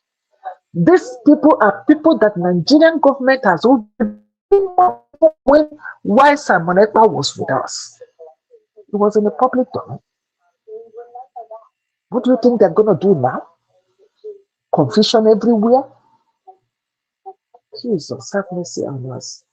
Please, if you have knees and your knees are good, put your 2 knees beside your bed every morning and pray for Simon Ekpa that this court section will be a successful one, will be on our favor. That's we owe him that. Because if Mazen Namde Kano is not out, Simon Ekpa will help. We do a lot. We do a lot. He did it before. I'm happy that he has gone through this process. I'm happy he did. Now he knows his mistake. Now he knows how to stand his kidibam and do what he's supposed to do. If they think that this was a terrorist case, they think they're just gonna imprison him for 6 years or so. Now it will be more than that. So our people should think. Sorry, you Kelena, you caused all these things. It would have been short, but you loaded our head since morning, you know. So you're So, gonna be with us at this at this point. So please, both those fighting for Nnamdi Kanu, those who fighting against Mazen Nnamdi Kanu, I thank him, God beg you. It's all these things. You guys know all this truth, and you ended up fighting an innocent person.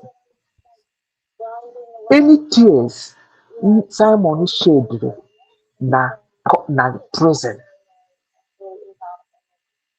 You people will shed that tears 20 times. It doesn't matter who. Anybody piraka, anyhow.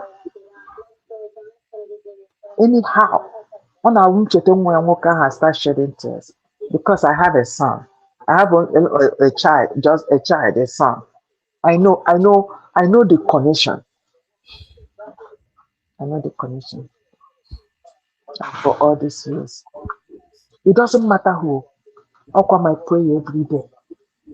I'm using myself as a point of contact so that the tears you guys are gonna suffer. Like I said, it doesn't matter who.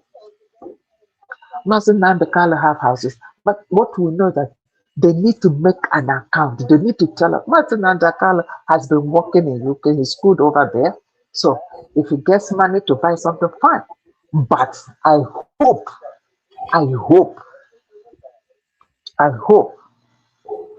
that money mentioned for the Biafra freedom, they not involve it in all this saga that they are doing. The blood, the innocent people is crying for us. Thank you. thank you, Ojugo. If I kwuru abanyere nwa Maazị Nnamdi Kanu, nwa Maazị Simon Ekpa chetara m ife. In fact, the worst thing game a prisoner, the worst thing game behind bars, but of 6, 7, 8, 5 years, if you see it here behind bars. That is the worst experience. Money game went behind bars, but now your son or your daughter, 5 years, 6 years to 8 years, if you see it behind bars. That is the worst experience. No, well, it is well. Madam Origin, Amaka Mele, grab the mic. Thank you, Mazi Kelena TV. Yes, I was kicked out by the. I greet everybody, Madam Ojugo. I greet you again and again and again, Pastor Present. My greeting to you is a package. You know the end. I greet everybody, Mazi Greg, Madam River Goddess, the voice. Oh, I think I saw another person. Is it like Mr. Fix or Mr. And everyone that comes out every day, if you're coming out every day, please know you're doing something. Please don't take it for granted. I'm one of those that mine, if I can only encourage you to learn how to encourage yourself, to know how to build Mazi, Prime Minister Simon Ekpa will always say, you have to learn how to be tough. If only you can build resilience within you, we will get to light. Our people, Mazi Kalena TV, I greet you again. No? Our people are raised in a highly manipulative environment. And some of them don't even know how to manage themselves. They only know how to manage information given. It's difficult for them to sit down and think things through because the environment is overcharged with manipulative and government intelligence. So that brings me to number one thing I want to say, please. On no account should anybody take what the same as Nnamdi Kanu said, like take it. You have to go back home, sit down on it, think through it, even do fasting and pray and say, God, tell me what the truth is. What Prime Minister Simon Ekpa said. You see, if Sharia Day, this is just is you know, the one of Reverend Sister shocked me. It's not like it shocked me the most, but it really made me, it gave me a deep, sober reflection. Someone came out and made a podcast and said, oh, she went to Finland 6 times. What she didn't tell us is that she was sent, she was made a delegate, she was sent on my behalf. And at the end of the day, when she goes, if not for a woman as intelligent as Dr. Ngozi Arabweze, that alone could have messed up the government totally. That is why when I tell you people, Akachukwu no here, God is watching over our freedom. God is watching over it.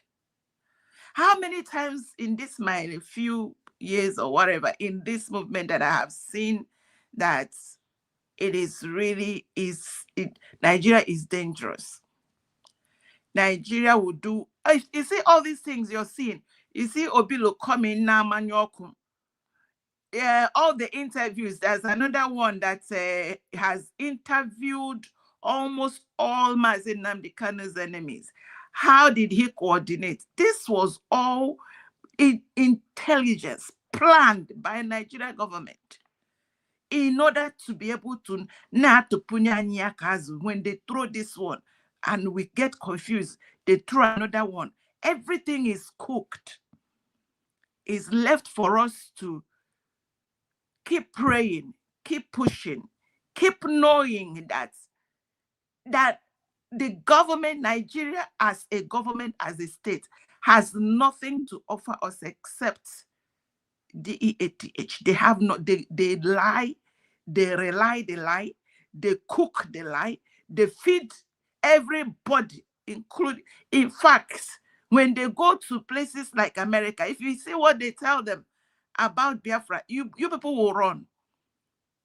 I had one, this thing you people call Nigeria, If the inner eyes, if your inner eyes are opened, you will lose your sleep and say, no living thing should stay in any environment controlled by the state called Nigeria. This system is evil. It did not leave anyone inside there with a choice of life. Everything they do every day is evil, is how to fry out people there. Nobody should believe this thing called Nigeria, however it comes. Whether it comes as a government, whether in fact a lot of the pastors have compromised. The elders have compromised. They mention it.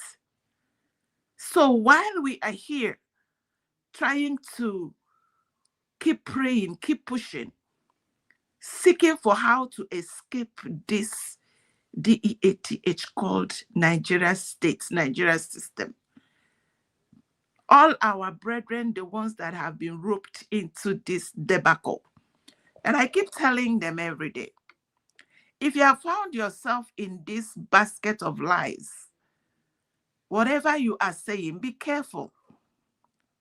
Whether like Mazi Kelena TV, when you bring out the people like, what's this lady's name? The one that live in Canada.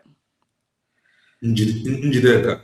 When Njideka begin to sing like Canary, the people that are for Kalonta Kalu will be dancing. They will be dancing her tone. But when she is lying inside that her song, the people on the side of Kalonta will overlook it. Then when you see the ones that are for DOS, when they come out and they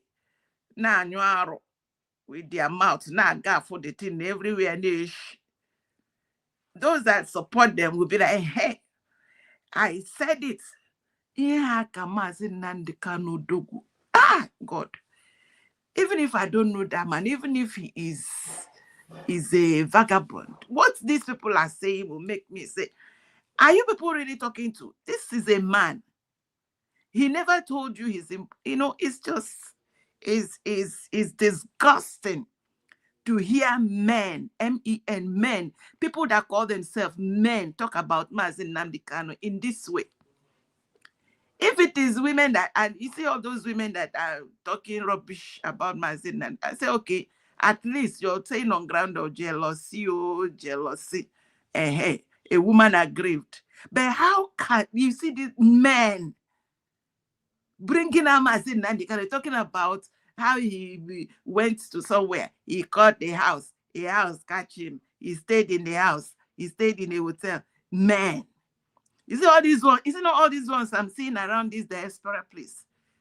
A lot of them, their parents were paying for them from Nigeria. These, if I call them useless men now, somebody will say, hey, woman, who is this woman calling men useless?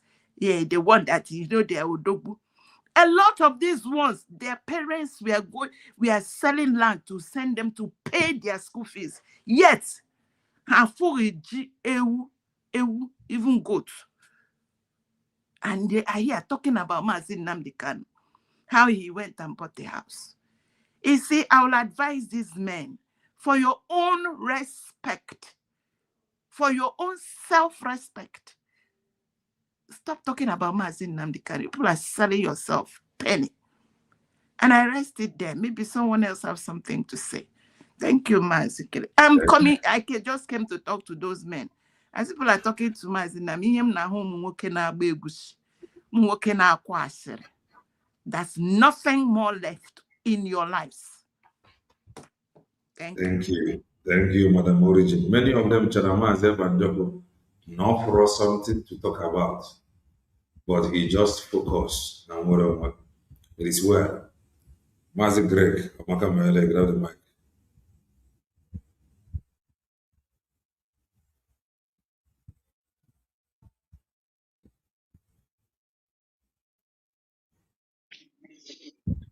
Maazị, good evening, Kelenna. Hello, sir. Not so much. My greetings, my sisters, Ojugo, River Goddess, and Madam Origin. And I think another person I cannot see, but those ones I have heard their voice. My greetings to everybody. Thanking God again today. May His name be praised. Thank Him for our lives and the life of our leaders, Mazi Nnamdi Kanu and Mazi Simon Ekmanjoko. We thank God for their life, for still keeping them healthy, for still giving them strength to this day. Thank God for the Tongoza Rebeza. We pray for her for strength and wisdom. And we pray for her coming elections that God will see her through and see Biafrans through. We pray for all the defense in our home and all the cabinet and media. May God continue to be our hope. We never fail. Yes, Maazị, ị na-emezikwa ịmana enwe ihe a na-abụ eweta ihe nwatakịrị na like enyi ya mba ezie ya ọ na-emezi ka ọ na-eweta akụka ndara ya manakwa return again weghachi ya azụ ihe ị na-emezi ya akpịrị ntolo kelee nna gbagba ga-esi 1 minute ga-esi enwere chọrọ ime kọment nwebere onye nwere 1 second ga-edapụkwa ozugbo so ihe na-emezi ya akpịrị ntolo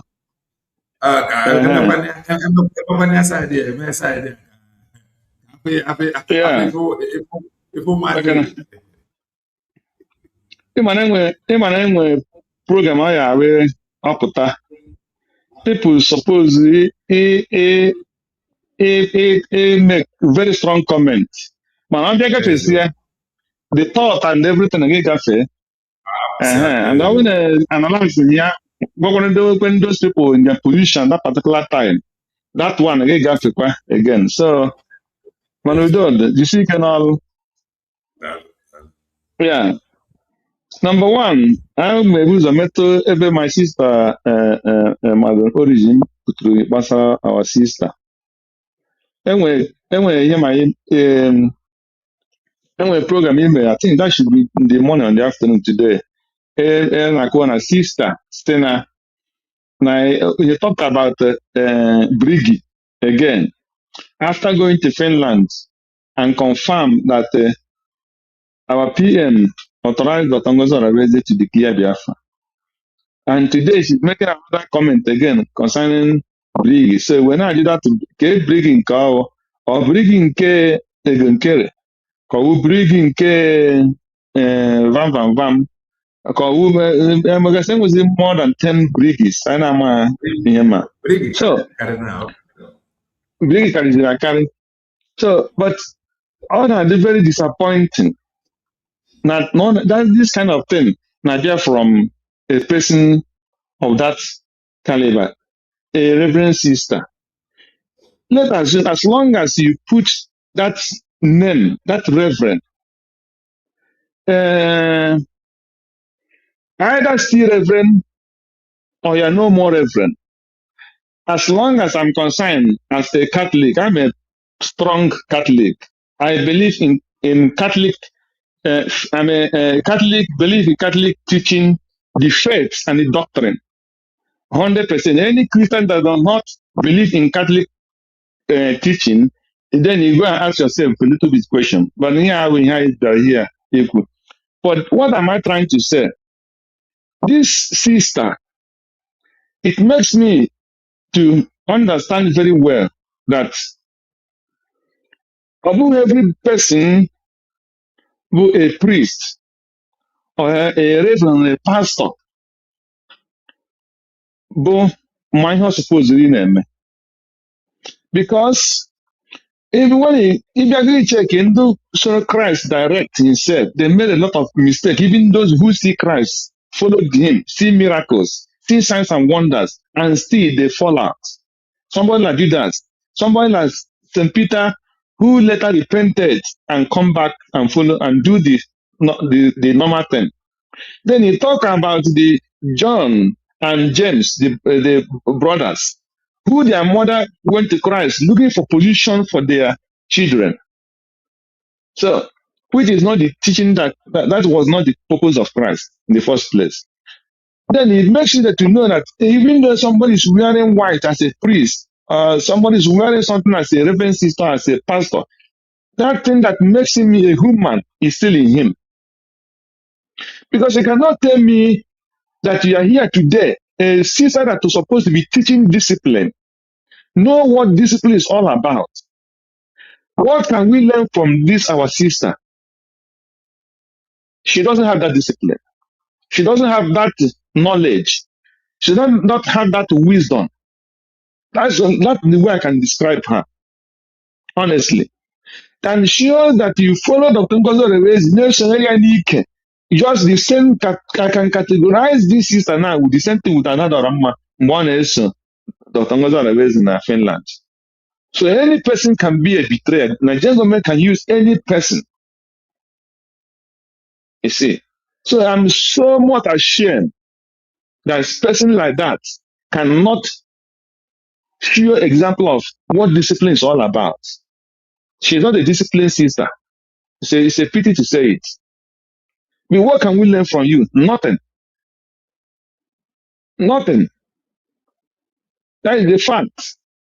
So it's a shame that in where discipline, everybody is coming out to speak so that okay, let us start following you, sister, and then let us abandon the person that the prime minister appoint and ask her to go and declare Biafra that is supposed to be leading us, and you've been people around you that are supposed to be helping in some certain area.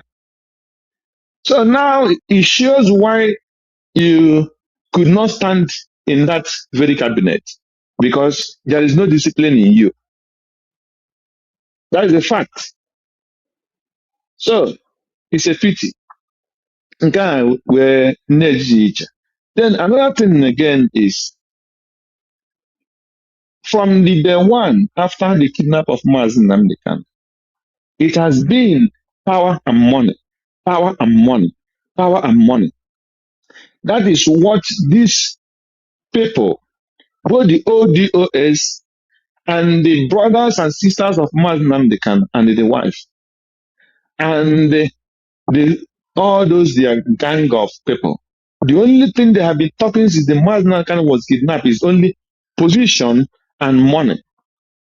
Nobody is talking about how will Biafra come out. Not even one of them.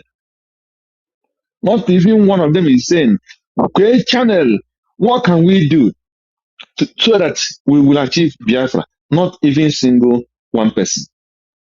And if you watch every all these steps and all these things they are doing now, bringing out now, what they will do, or like all these Canada women and majority of them, when they will go and watch Simon and Joko's exposition, and they will use the command making program. Like all this money, all this outside the cobalt statement and all those things. All these things they are talking, we know them for the past 2 years. So it's not a new thing to us. So the PM give all these informations. So now they are using it because they have they watch those things that Simon Ekpa did. And they knew that those things were true, but they keep it only just because they want position and money to attack Mazi, somebody who have a direction, somebody who knew where he is going. Someone else can know where he's going and you know what he's supposed to do and what he wants to do. And these people don't have program, they don't have plan, they don't have anything to present to Biafra what they will do or what they want to do. But somebody who was doing something, and they know the truth, and instead, because of power and money, they were attacking him. And that is still what they are still doing to today. They are not talking about freedom. The only thing they are talking for the past getting to 6 years now is power and money, pollution, power and money. And that is what Ogun Kere and his all this FGC and GCD and all those things. That's what they want us to start doing this time around. But thank God that God is more than them and use Dr. Ngozi and the cabinet and push things to continue moving to the right direction. I don't care how fast and how slow it might be. But the most important thing, are we going to the right direction, doing the things that to show that we want freedom? That is the most important thing. So tell me, these people, what are they doing? Nothing. So all those programs, for me, Honey Levachikota, I don't want one side. They are the same thing. From 100 men to Kano Takano to China Sangoru, they are all the same thing for me. They don't. There is no. I don't. Have not seen anything change among all of them. So it makes no difference. Just like when you be telling them all those plays, they don't have evidence, they don't have this, they don't have that, because all those things they are doing is just saga. That's a category of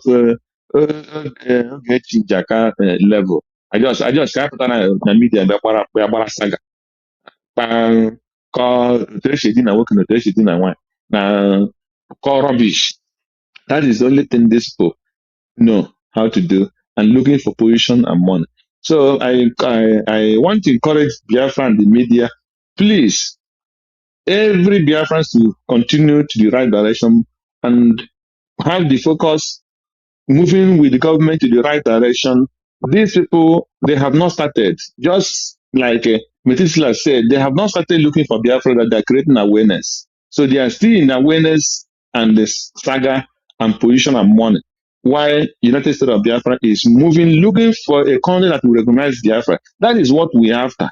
Teaching them what the law said with our brother Read TV, and debunking all their lies by Kelena and Kai, doing the needful. So we are moving forward. That is my the greatest joy in all these things. So I continue to thank the media and all brothers and sisters who are doing a meaningful contribution. God bless Biafra. God bless the United States of Biafra. Thank you, Mazi. May God bless you. God bless you too, sir. Dalorian Mazi Greg. Zeke, no, Amaka Maele, grab the mic.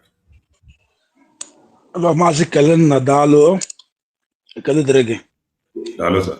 And and Nejoku, if I tell you how heartbroken, or to me personally, these people, somebody better broke bunde fulane. Chikere weren ugebaya kuchianya. Buru propaganda achikoro print ye bienaka. Si akowa about a man no inside. No na confined. See from confined banye na prison. Somebody has known about the phone now and then one or another called Nigerian government. Exactly the same thing. Hamege Simon for years. Simon the Choco approval that is not working with Nigerian government post or some certain things on a post. Then the same people can be an ndị na-eche ka Martin Nnamdi Kanu pụta ọkọ nọ n'imekwu against Simon ka wụrụ na okwuola against Simon. Martin Nnamdi Kanu ga-ekwe ga-eme ya. Then niile ha fight ga Simon ka ha tụrụ na fight wazie Maazị Nnamdi Kanu ka anyị bịara na-ekwu maka ha na-ege. It's very very painful. Ọ maka cause ka mmadụ hapụ ibutekwara onwe ya cause, because ọ na Maazị Nnamdi Kanu aka ya dị ọcha with ndị ya niile o ji wee sụọ aja from the one ọ karịa dị happy na London. Then somebody after and against him somehow with all the trauma, with all the fear, with all everything. The only place we can with joy. Not Kenya, Kebaka Disraka, Niku Massima, the same thing you could Simon. Money Onya Gekute course. I'm telling you, Hapukan these people qua Ndoshi, that even self Ndoshi Kandama. Ya propagandist we go from eziokwu no da n'ọnụ ọdụ ito na ihe echere na Maazị Nnamdi Kanu ga-ekwu against Maazị Simon now ka Maazị Nnamdi Kanu yuzuziri ụmụnne ekwu against them. So the agbala isi gwa media niile ga-eju ha ga-azụ media niile na-akọ all the things ha na-akọ na so onye ọbụla withdraw kwa onwe na watch ha n'anya. That's the only thing chọkwara ikwu. Thank you very much, brother. Thank you so very much, Zeke. Hello, Ojugo. You're welcome back. Okay, biko o nwere ofu ihe m chefuru. Aha ka m ji gbabatakwa. Because anyị kwucha ga-echọpụ anyị. Hey, how can onye we hear kwucha that? onye kwucha ịchụpụ gị ya ka ọ ghara ikwu ọzọ ka iwe kiripụ ọsọ. Ọ kwado m kpọbutere gị na-asị gị bịakwa ka i kwuo ya nnọọ. Ya bụrụ na udo dị. Go ahead.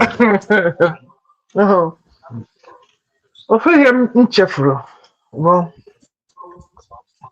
maka sista biko jee mee na ezigbote investigation. I'm talking with experience, so jee mee na ezigbote investigation about that sister and the congregation. The sister does not belong to any congregation. Enwere some sisters ọ na-awa achụ ọfa na congregation because enwere different congregations. Enwere some sisters ọ na-awụ ịmago ife uchukwu dị na ya ọnọdụ ka ndị DOS a chụrụ kịta ha na-eshi ọnwụ gidigidi ya ịfụnanụ ndị nọbara nụ. Sister akala kwa yiri kwa efu ya na-abagharị. Yes. So go make an investigation. See now more gwara gị. Enweghị congregation ọ nọ na ya. Ọ bụrụ na ọ nọ na congregation, ọ na-enwe serious issue. She's not in the community. Let me put it that way. Because Reverend sisters live in community. Like they live like 2, 3, 4, 5, 6, 10 in a house. It's called community living. Sister is not in any community living. Sister or so-called sister is not a sister anymore. Do you see that one achụrụ as a pastor? Otu esi chia na pastor nke a na-agalavantịgharị around jọrọ njọ jọgbuo onwe ya bụrụ afọ bujuo ka elu na amazi ihe a na-akpa ya. Nke so achọ isi Maazị Nnamdi Kanu. It's the same thing. Vicky get something. Somebody like that. Somebody So Vicky.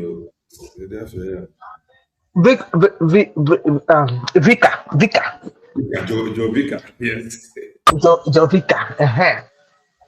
It's something like that. So some now will happen. They are mentally not stable. It's that thing they go to is a process. If you don't handle yourself very well, it can mess up your brain. Do you understand? Some you see them, how to remove that uniform and move on with their life is so difficult. So they remain with that uniform. And that's what some of the DOS are suffering right now. Instead of them to move on with their life, they are stuck there. Like say, they must be the one to bring this Biafra. It doesn't work that way. So some people are like that.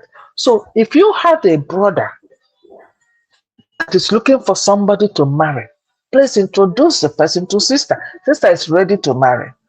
She's not a sister. She's just wearing uniform and gallivanting around. She's not living a community life. Ya puta na your program. Ya puta na your program. The only time I'll be na your program, yes, no sister. Chuku na me ebere ka m nweta notification ka m bata. Njọ ya ajụjụ ihe gbasara community ka ọ zaa mụ ka m wee gwuo ọnụ that she does not belong to any community. She's not living a community life. Oh, but exactly based on past experience. More a junior question based on my experience. That's what I'm telling you. When I as that is non-Bobo sister, much experience at why according to the most. I joke we are based on experience. All guys that here, but in the congregation or no. And then because I know a lot of congregation apart because that uniform on I'm able to identify that uniform. But I want to make sure because there were a lot of congregation now that new ones are just pump up.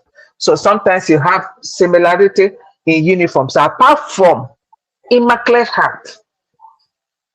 sisters, in Nigeria, that their own uniform is kind of different. But most of other congregations, their uniforms are pretty much kind of look alike. So there's two congregations that I'm guessing that she might. That's why I need to ask her a question. The congregation where she belongs, trust me, I will know one or two to find out if she's still there. And the earlier she put that thing off, she still look young. She can get married. She can move on with life. She can get therapy and move on with life. Some go with depression. They go with frustration. They live a lonely life. They can't move on. They can't move on. So I think that's what sister is suffering. You know, they're looking for companion. They're looking for somebody to hang on.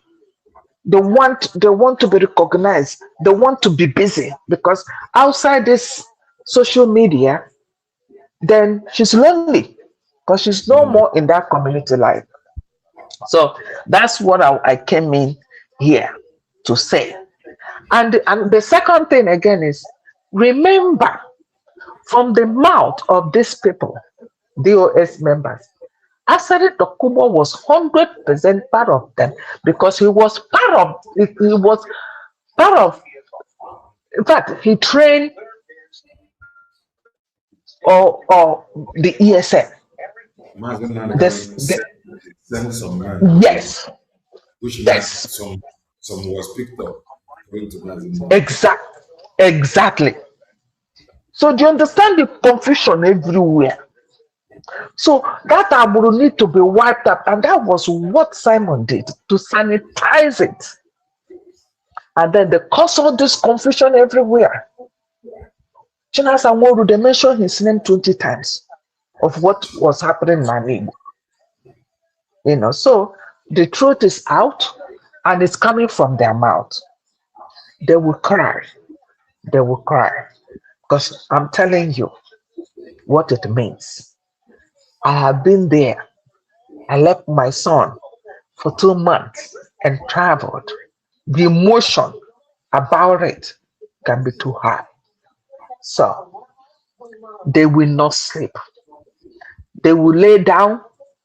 In a twinkle of an eye, they will wake up looking for something to defend what they have said before. And these people will be looking for something to defend what they have said. That's what they will continue doing in their life until Simon Ekman comes out. Thank you. Thank you, Ojugo. Madam Origin. Now, Koborebo. Oh, Maazị Kelena TV. Ndewo. Maazị Kelena TV.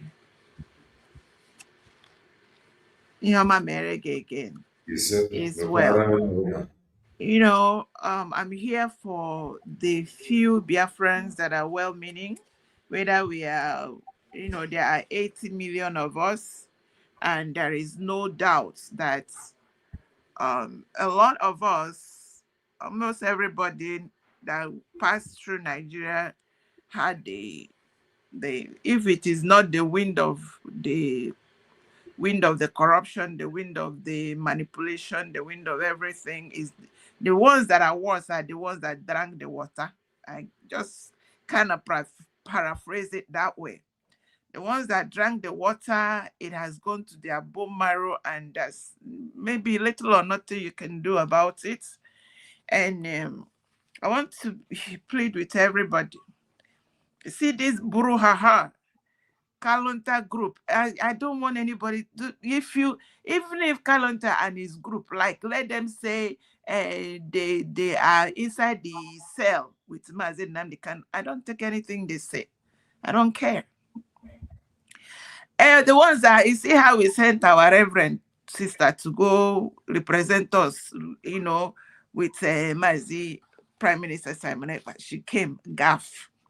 So everybody listen to what Prime Minister Simon Ekpa said. He said you have to have a tough skin.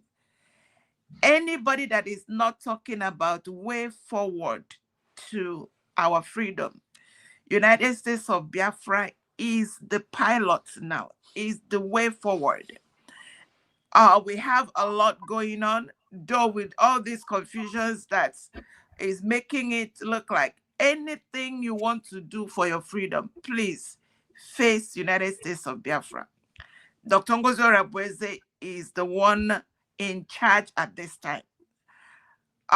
It's very unfortunate that we have someone that is non-eluala, Oga Benadonjon. If not that she was in she is in America. If she was outside, Solo Dump and the other, they already prepared, they presented every evidence they had to America to arrest her, in case the people didn't know. Why never FBI? Idea for Jamboree. There was the same way they cooked for Mazin Nnamdi Kanu, cooked for Prime Minister Samana. They cooked the same thing for her. Or if she wasn't in America, by now she could have been, or maybe, thank God, she has strong roots here. She would have been in dungeon now. So we all need to pay attention to where we need to pay attention. I have not seen anything to doubt Dr. Ngozi Orabueze that she is the one leading us. And we need to focus on that.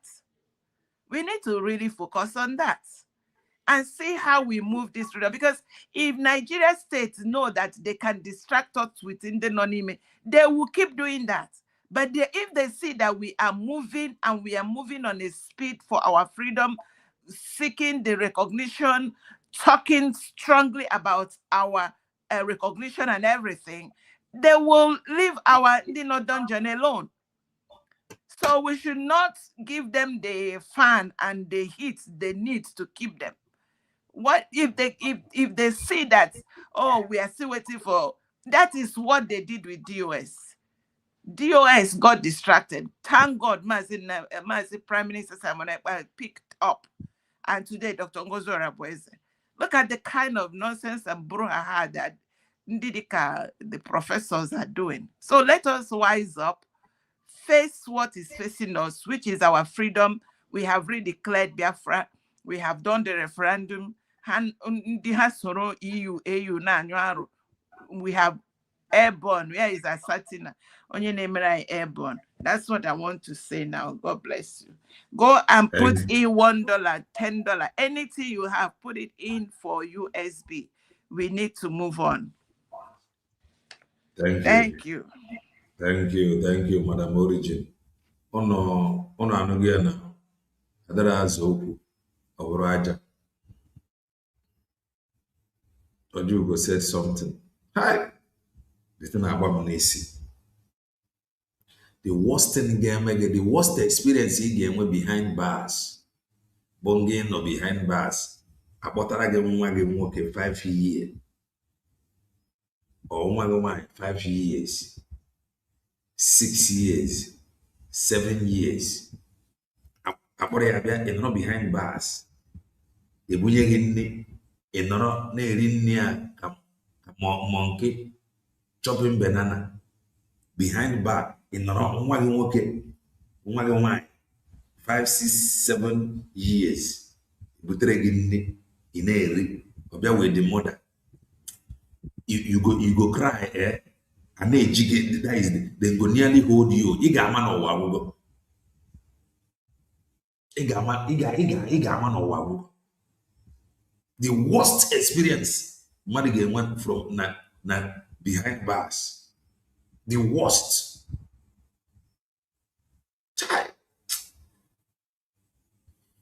You know, easy. Blood is thicker than water.